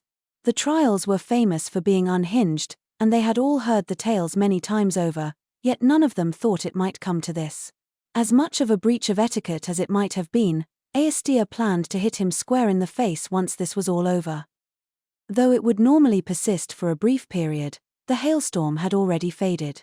The mana that formed the spell and the mana that coursed about the elemental had both dissipated on impact. Despite the direct hit by such an advanced spell, the elemental was unaffected. Its power had been reduced a bit, but that was a far cry from defeat. Lights flashed from the elemental, and the earth beneath them groaned. An invisible force was acting upon the ground. This was a level of power approaching divinity.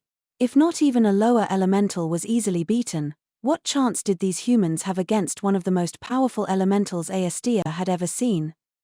The glaring crimson eyes settled on the 1,000 tricks, still standing defiantly. By comparison, his response was quite simple. He looked up, meeting its gaze, and whispered, "Everyone." What Aestia then witnessed was nothing short of baffling. As far as she could tell, grieving souls hadn't stopped to discuss how to proceed, yet that one muttered word from the 1,000 tricks spurred them all into action. With a roar, Ansem charged at the elemental. Taking advantage of the distraction he provided, Lucia began an incantation, Citri threw something, and Liz became a blur as she dashed off. They're out of their minds. Didn't that hailstorm teach them anything? Attacking head-on is a death wish. Not all elementals were insurmountable foes, but nothing about this one was ordinary. Facing it unprepared wasn't going to work. Ansem struck with a sword built to match his large stature. Countless spears of water rained down. There was less than the span of a breath between each blow. In response, the elemental began to glow faintly. Ansem's sword was deflected, forcing him back for a moment. The spears disappeared at once. The elemental had used the immense mana surrounding it to make a barrier. Undeterred, Ansem and Lucia struck twice and a third time, still failing to break through. The glow around the elemental intensified. It was planning to use a spell. "This," Aestia grunted, "is why you never work with humans. A spell from this elemental could very likely incinerate the entire area. Even a stalwart human enhanced by mana material wouldn't be able to survive that much power. In fact, the idea of trying to take on a being that was nature was already exceedingly audacious." Aestia deployed a defensive spell, as did her fellow party members. Daily use of magic made it possible to cast so quickly. By using multiple casters to invoke a compound spell, they weaved an intricate barrier in the blink of an eye. It was teamwork, but could have been mistaken for a miracle. That said, it wouldn't be enough to block an attack from an elemental of this caliber. Aestia had learned a thing or two during her years as a hunter. She was confident in her situational judgment. This barrier they had raised wasn't meant to block, it was meant to divert. A split second after the barrier was deployed in front of Ansem, the elemental released the energy it had gathered up. The blinding ray of immense force slammed into the barrier, creating a large distortion. Then it enveloped the 1,000 tricks, who was still standing vacantly a few meters away. Aestia clenched her teeth. The intense heat of the ray's shockwaves burned her skin, but her attention was elsewhere. She gasped in terror at what had happened. She hadn't meant for this. While she didn't care much for that human, she didn't despise him so much that she wanted him dead. Besides, the barrier had been thrown up in an instant, and she hadn't been aware of his position. But no matter how many excuses she made, it didn't change the fact that the ray diverted by her barrier had hit the 1,000 tricks. Even Lapis had paled. The spell fired at them had been extremely primitive in nature. It used an immense amount of mana to burn a target, nothing else to it. However, that exact simplicity limited the number of potential counter-maneuvers. The 1,000 tricks almost certainly hadn't expected the ray to come for him until it was inches from his face. Sure enough, it never would have headed his way if not for the barrier put up by Starlight. With these useless thoughts spinning through her mind, Aestia remained planted where she was. That was when Chris all but barreled into her, grabbing her by the shoulders and shaking her. "See, calm down, Aestia. The human weakling's all right. Chem." There stood the 1,000 tricks, just as he was before the attack. He certainly looked a little shaken, but not at all afraid of the elemental.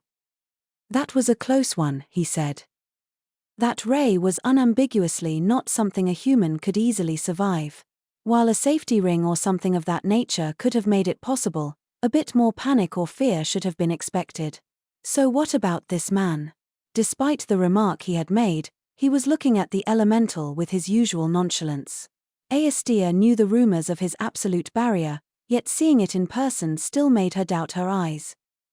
Though it had lost its rationality, the elemental appeared to understand that it should fear someone who could survive its attacks. It switched its focus from Ansem to the 1,000 tricks. Though shrugging off such an immense blast was incredible, that alone wouldn't defeat the elemental. Using such a powerful move had left the elemental a little weaker, but the gap between it and the hunters was still insurmountable. It was practically a miracle they had made it past that first strike. Timing was everything, and getting an advanced barrier up at just the right moment was difficult even for Starlight. How were they going to overcome this? The air spun in a vortex, and moments later, a gathering of energy that dwarfed the previous one had formed in front of the elemental. Just as it was about release. "I've got her, crybaby." "What?" Aestia looked in the direction of the voice. Liz had, at some point, slipped behind the elemental and was removing the kinswoman from the elemental. With a rod held in her right hand, she had torn open the elemental's body, releasing a crackling torrent of mana. Though the flood made Liz grow a sickly pale, she displayed no fear or trepidation. "That rod is made of antimana metal, so it can break through arcane defenses," Citri informed them. "Since we're headed to Yggdra, I thought it possible we might end up fighting noble spirits. It appears I made the right decision." That rod must have been what Citri had thrown when the 1,000 tricks issued his command. This implied that one utterance was enough for his party to instantly understand his plan. Ansem and Lucia had drawn the elemental's attention, Citri had prepared an item suitable for the situation, and Liz had used her speed to rescue the person trapped inside. Putting it like that made it sound simple, but it certainly wasn't when you considered that the opponent was an unknown elemental, and the trapped individual could have been dead or alive. What's more, the 1,000 tricks hadn't said anything specific. Starlight wasn't without its own set of battle formations, but nothing like the telepathy they had just witnessed. Was this the true power of the Imperial Capital's best party of young souls? Citri tossed a potion vial to Liz. At roughly the same moment, the 1,000 tricks gave his first specific order. "Attack! Attack! We're not going to run." That was absurd, they couldn't win this. While a slash to the abdomen would kill most creatures, this was an elemental, a being with an immaterial body. Regardless of Aestia's surprise, Lucia and Ansem got to work, almost as if they believed their leader's call was the correct one. Having kept a close eye on the course of events, Lapis broke her silence. "Chmph. I appreciate the fascinating display. We'd be stupid to remain mere spectators. Back up, grieving souls," she shouted. "What? Ah. If that's how it was, then so be it." Magic was one thing they couldn't be bested at. Spells of all sorts battered the elemental from multiple directions. What would normally be overkill on an ordinary monster barely seemed to have any effect on this foe. After casting spell after spell, they slowly grew short of breath. They felt sharp pains in their heads, and fatigue racked their bodies. These were undeniable signs of mana deprivation, but they couldn't stop here. Perhaps confused by the onslaught, the elemental remained still. Aestia could tell that its vast reservoir of power was slowly but surely being sheared away. However, it still surpassed them. She couldn't imagine how they could deplete the elemental's power before their own ran out. Already, the blood had drained from both Chris's and Lapis's faces. Even with Lucia and her vast pool of mana, this elemental had too much for them to deplete. Aestia continued to cast with headlong fervor. She had never before found herself faced with such a hopeless battle. Each second felt like minutes, 10 or 20 even. After wringing out the last of her mana to blast the elemental, she felt her strength leave her as she fell to the ground. She didn't feel any pain, just exhaustion pulling her under. She couldn't move a finger. Her ears picked up only sporadic sounds of battle. While she and her comrades had drained themselves dry, the elemental had lost maybe a third of its power. If anything, they should be proud they had managed that much, considering that escaping had seemed like their only option. Eventually, the sounds of fighting stopped. A chilling silence fell over them. What's going on? Forcing her body to move, Aestia twisted around to get a better view.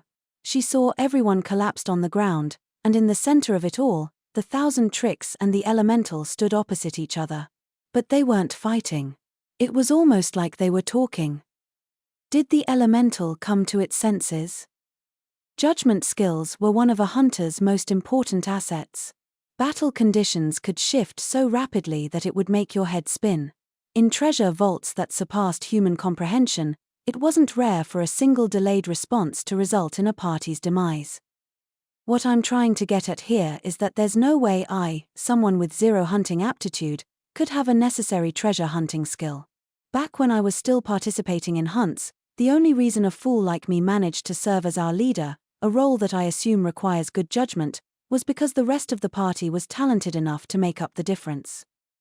Though I was surprised when Lucia started attacking, if that was what my sister, a dedicated researcher at the Imperial Capital's top magic academy, decided, then I was sure it was the right call. I just had to toss out vague orders, and everyone would respond as necessary. The problem was that by moving things along this way, everything happened without me understanding why. Now, as a result of my own half-assed orders, I found myself face to face with a mysterious elemental. It had a large spherical body. 2 large, round eyes were looking straight at me. My allies were all exhausted, particularly everyone in Starlight. After releasing such a fierce offensive, they couldn't even stand upright. That used to happen to Lucia a lot when we first started out. My friends were still standing, but they had stopped to observe the situation. With bated breath, they watched us. I really had no clue how this had happened. All I had done was get hit by a stray energy ray from the elemental, then ordered everyone to attack when I saw an opening. After being battered by 2 of the capital's most famous parties, the elemental had no damage that I could discern. The cut Liz had made to rescue the person inside had already healed. I knew that elementals were formidable foes, but I could barely believe that we had not only failed to fight it off, but we hadn't even wounded it. While it could have been worn down, I had no way to confirm that. By the looks of it, I wouldn't be getting any help from the ever-reliable Citri, or Eliza, who seemed like she should know all about elementals. I thought Starlight would come in clutch here, but they were all looking at me, not moving a muscle. I saw one of them faintly moving her lips, but I couldn't tell what she was saying. I mean, they had just been asking me what I was doing, and I'm sure nothing would have changed if I had been able to hear this one. Now, if I can just get this elemental to go somewhere else, we'll be fine. But how do I do that? If this were a human, I could try talking to them. Wait. Hold on. The creature floating before me was the definition of a fiend, so just talking probably wouldn't get us anywhere. Not to mention, Lapis said it had lost its will. Nonetheless, if our attacks weren't enough to defeat or rout it, then that narrowed our options. I would opt for the love and peace route. You must never give up on striving for dialogue, even if it is a fiend you're facing. But man, I've got to say, I've talked to nothing but madmen lately. Well, guess I've got no choice, I said. Lucia had long ago told me that negotiating with elementals was done from one heart to another. Though I didn't know why, the elemental had stopped attacking. It was my belief that it wasn't too late to have a genuine conversation. If words didn't get through, we could pantomime or something. Bracing myself, I took a deep breath. I spread my arms out wide.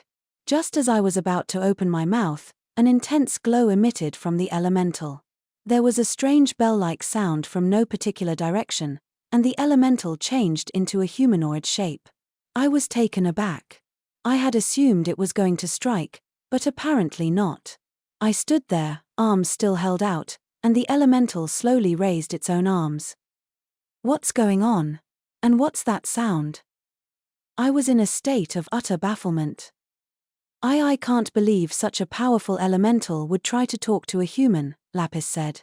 Down on one knee, she watched us with a piercing gaze. Again and again, you surprise me. Well, these things happen sometimes. Oh, so that's it. That sound is its voice.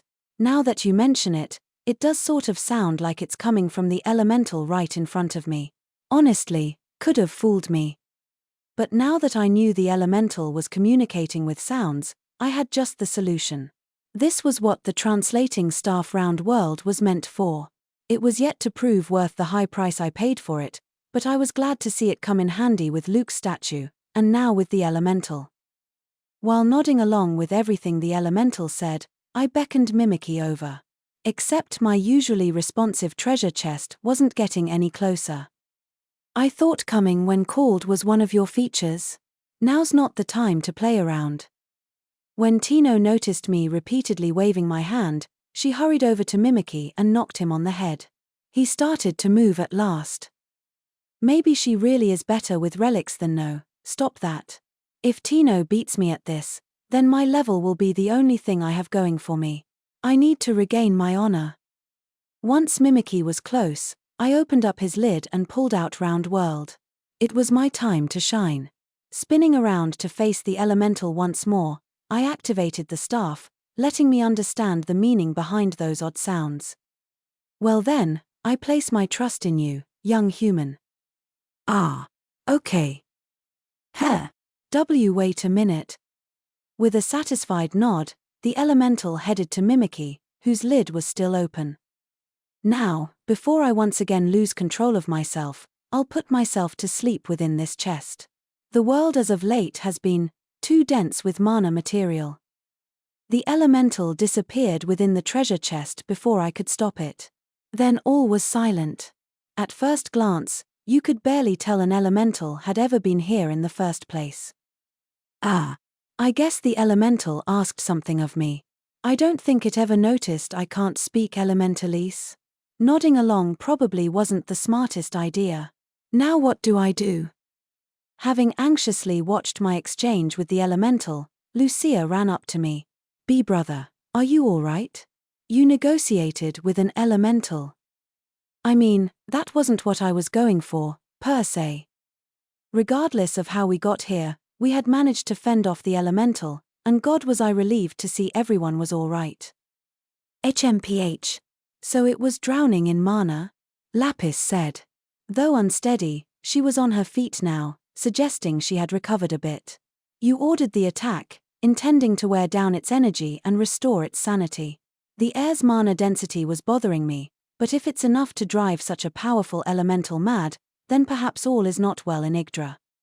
Yeah, Lapis evidently didn't need a relic to understand what the elemental had said. So my luck wasn't all bad if at least someone here knew what had been asked of me. I'd have to check with her later. What a relief. If not for her, we could have been pushing forward without any idea what was going on, something that happened all the time. Lapis's next order of business was with her haggard party members. Now, it looks like you've lost your little wager, she declared. If what the elemental said is true, then this man has nothing to do with our gate problem. It doesn't end there, he also just accepted the elemental's request without the slightest hesitation. I shouldn't have to tell you all what sort of debt we owe him. Am I clear? See, what did I tell you? It's not the human weakling's fault. The other Starlight hunters all hung their heads in silence. Their usual assertiveness just made this timid display all the more uncomfortable. Besides, you could hardly say I accepted something when I didn't have a clue what I was hearing. And what debt did they owe me? As much as I didn't like being slandered, I was just as averse to being praised for things I didn't actually do. Don't worry about it, I quickly told Lapis. I wasn't thinking of this in terms of favors, I was just doing what I wanted to. You also don't need to bother with the wager. It wasn't a fair one. With the terms of my defeat so obfuscated, the gamble was well in my favor. As for the request from the elemental, I still hadn't decided if I was going to take that up. Sure, that okay had slipped out, but nothing was set in stone yet. The big issue was when to check with Lapis about it. I furrowed my brow, hoping the opportunity would present itself. One of Starlight stood up. Giving me a spiteful look, she walked up to me, still wobbling a bit. She had refined features and eyes like gemstones. I couldn't help but freeze in her presence. I know, we were wrong, the Magus said in a low voice. For all our untoward words and unwarranted suspicion, we apologize, Thousand Tricks. Forgive us, sir. When the Magus bowed her head, her cohorts followed suit. I really hadn't expected complete surrender from them. What would they think if they learned I couldn't even remember their names? Now, in my defense, They never came to the clan house, so I hardly ever interacted with them. Kris was looking despondently at those lowered heads, though I didn't quite know why. You should forgive them, sir, she said. Even Aestia is offering a polite apology. Well, I think it's just that they don't understand you. Well, that's totally fine, I replied. I, for one, can't blame them for being suspicious of me back there. More than that, I'm just surprised Kris isn't the only one who uses sir that way. Standing around, unsure what to do, I found myself being swarmed by the other Starlight members. You're a good guy, sir. I guess we had the wrong idea about you. I thought levels were nothing but nonsense concocted by humans, but maybe they're onto something. Sir. You restored the sanity of a nearly godlike elemental, and also rescued one of our own. You're too good to be a human. Now I know why Lucia thinks so highly of you, sir. Not only that, he didn't even pause before accepting the elemental's request. You've made yourself a friend, sir. They all talked at me with enthusiasm, their earlier disdain gone without a trace. Watching this about-face, Lucia's cheek began to twitch, and Kris grumbled to herself.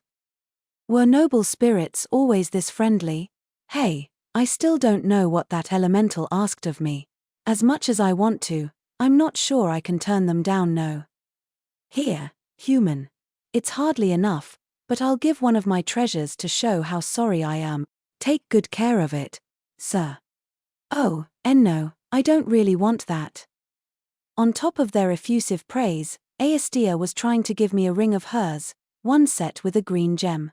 While I had heard noble spirits were known for being cold to humans and warm to their friends, I think we had gone from one to the other way too quickly. I couldn't accept something so precious to her that would only make it harder to tell them I couldn't do the elemental's request. I also didn't have any more room on my fingers. Aestia appeared momentarily hurt by my refusal, but quickly came up with another idea. Reaching into her pocket, she pulled out a knife, which she immediately ran through her long hair. I watched in shock and utter confusion as a tress of golden threads drifted down. With a proud smile, she offered me the hair. Here, if you don't need any treasures, then I'll share some of my hair with you. A sign of my gratitude for taking the elemental's request. Our hair is a precious, magic catalyst. Be grateful, something like this is normally off-limits to humans, sir. Everyone looked at Aestia in stunned silence. Citri, in particular, had a hand over her mouth and wore an expression of both surprise and joy. It was the sort of look she made when experiencing unbelievable luck. I envied her ability to focus on her priorities. Oh, certainly. I didn't see any way I could possibly say no, not when the hair had already been lopped off. I guess I have to take the elemental's request. Now that it's come to this, I want to vomit. Kris shuffled up to me and asked slowly, Here, human weakling, should I, give you some of mine as well? Sir. First, could you get Aestia and the others to stop calling me sir? It's confusing. Chem. What are you getting competitive for? I didn't ask for this. And this is awfully heavy for a lock of hair. For now, I could give what I had to Citri, since she had been looking at it with greedy eyes. That didn't solve the issue of the expectant gazes that were eating away at me. I hadn't meant to restore that elemental's sanity, nor had I meant to accept its request.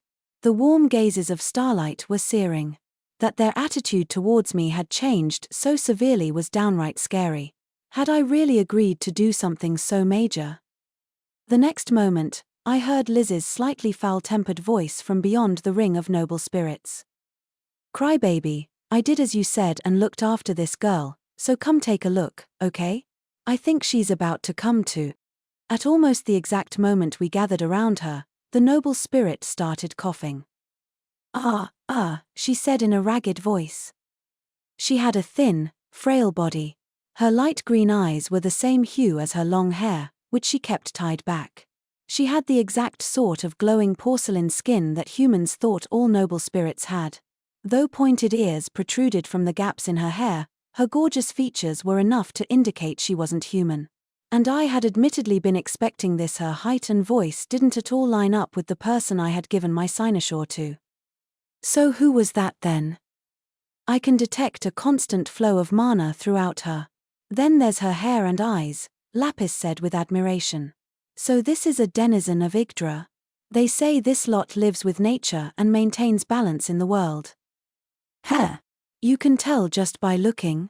Are light green hair and eyes proof that someone's from Yggdra? Lucia looked at the noble spirit through wide eyes.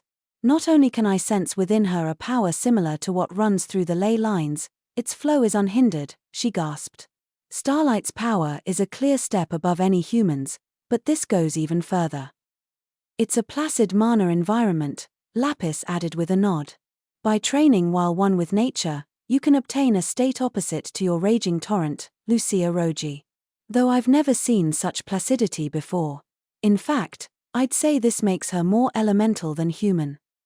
I hope one day I can find a relic that lets me see mana so I can say cool things like that. The Yggdra girl started coughing like she still had some of the elemental caught in her throat. I believe she's our guide.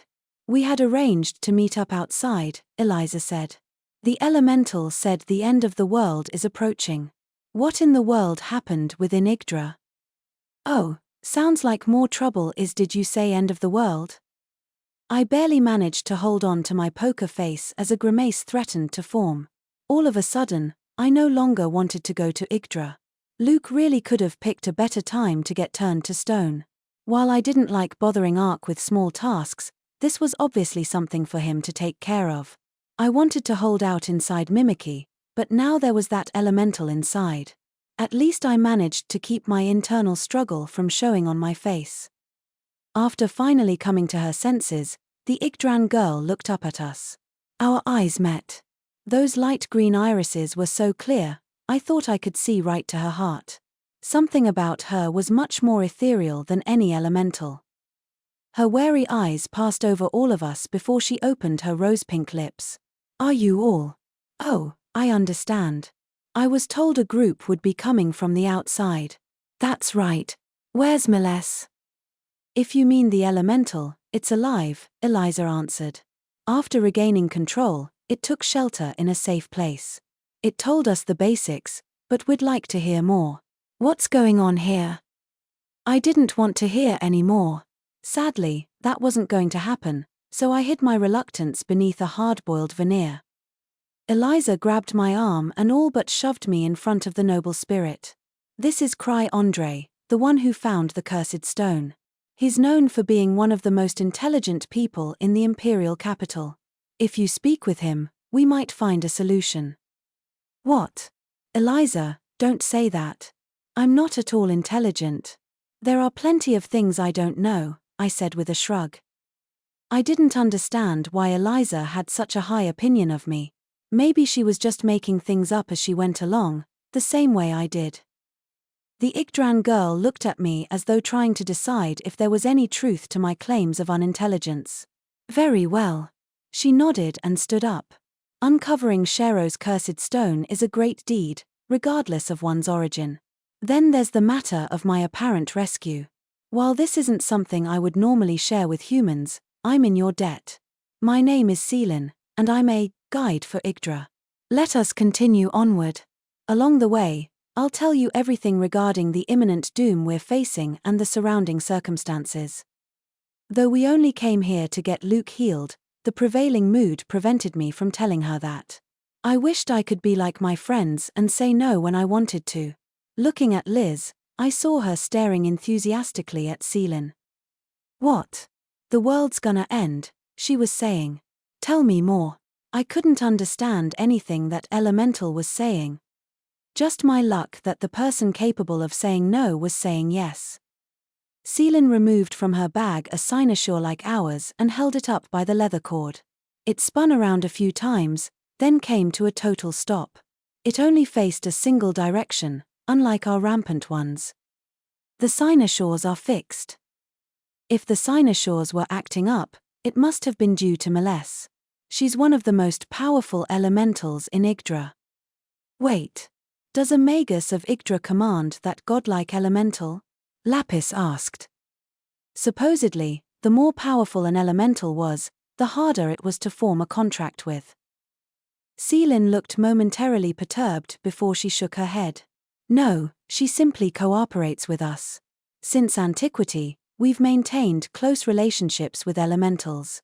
They typically provide the forest with protection, though with the recent instability, they've been accompanying us as escorts.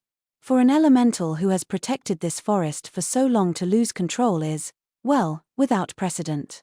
It's completely unexpected. Completely unexpected. I mumbled without meaning to. Celine looked at me. What? Oh, nothing really. While I didn't know what had happened, I just found myself echoing her when she said this trouble was enough to drive a veteran guardian of a legendary land insane. It wasn't any different than interjecting with a yeah or an I see. I found myself looking up at the sky. Despite the grandiose name Godtree Guideway, the sky here was blue, just like it was anywhere else. With a sigh, I turned and looked at each of my companions. They had been patiently waiting for me to finish my little round of escapism. No, it's nothing, I said. For now, it looks like we don't have much time. While I don't want to make any promises I can't keep, let's start by getting to Yggdra.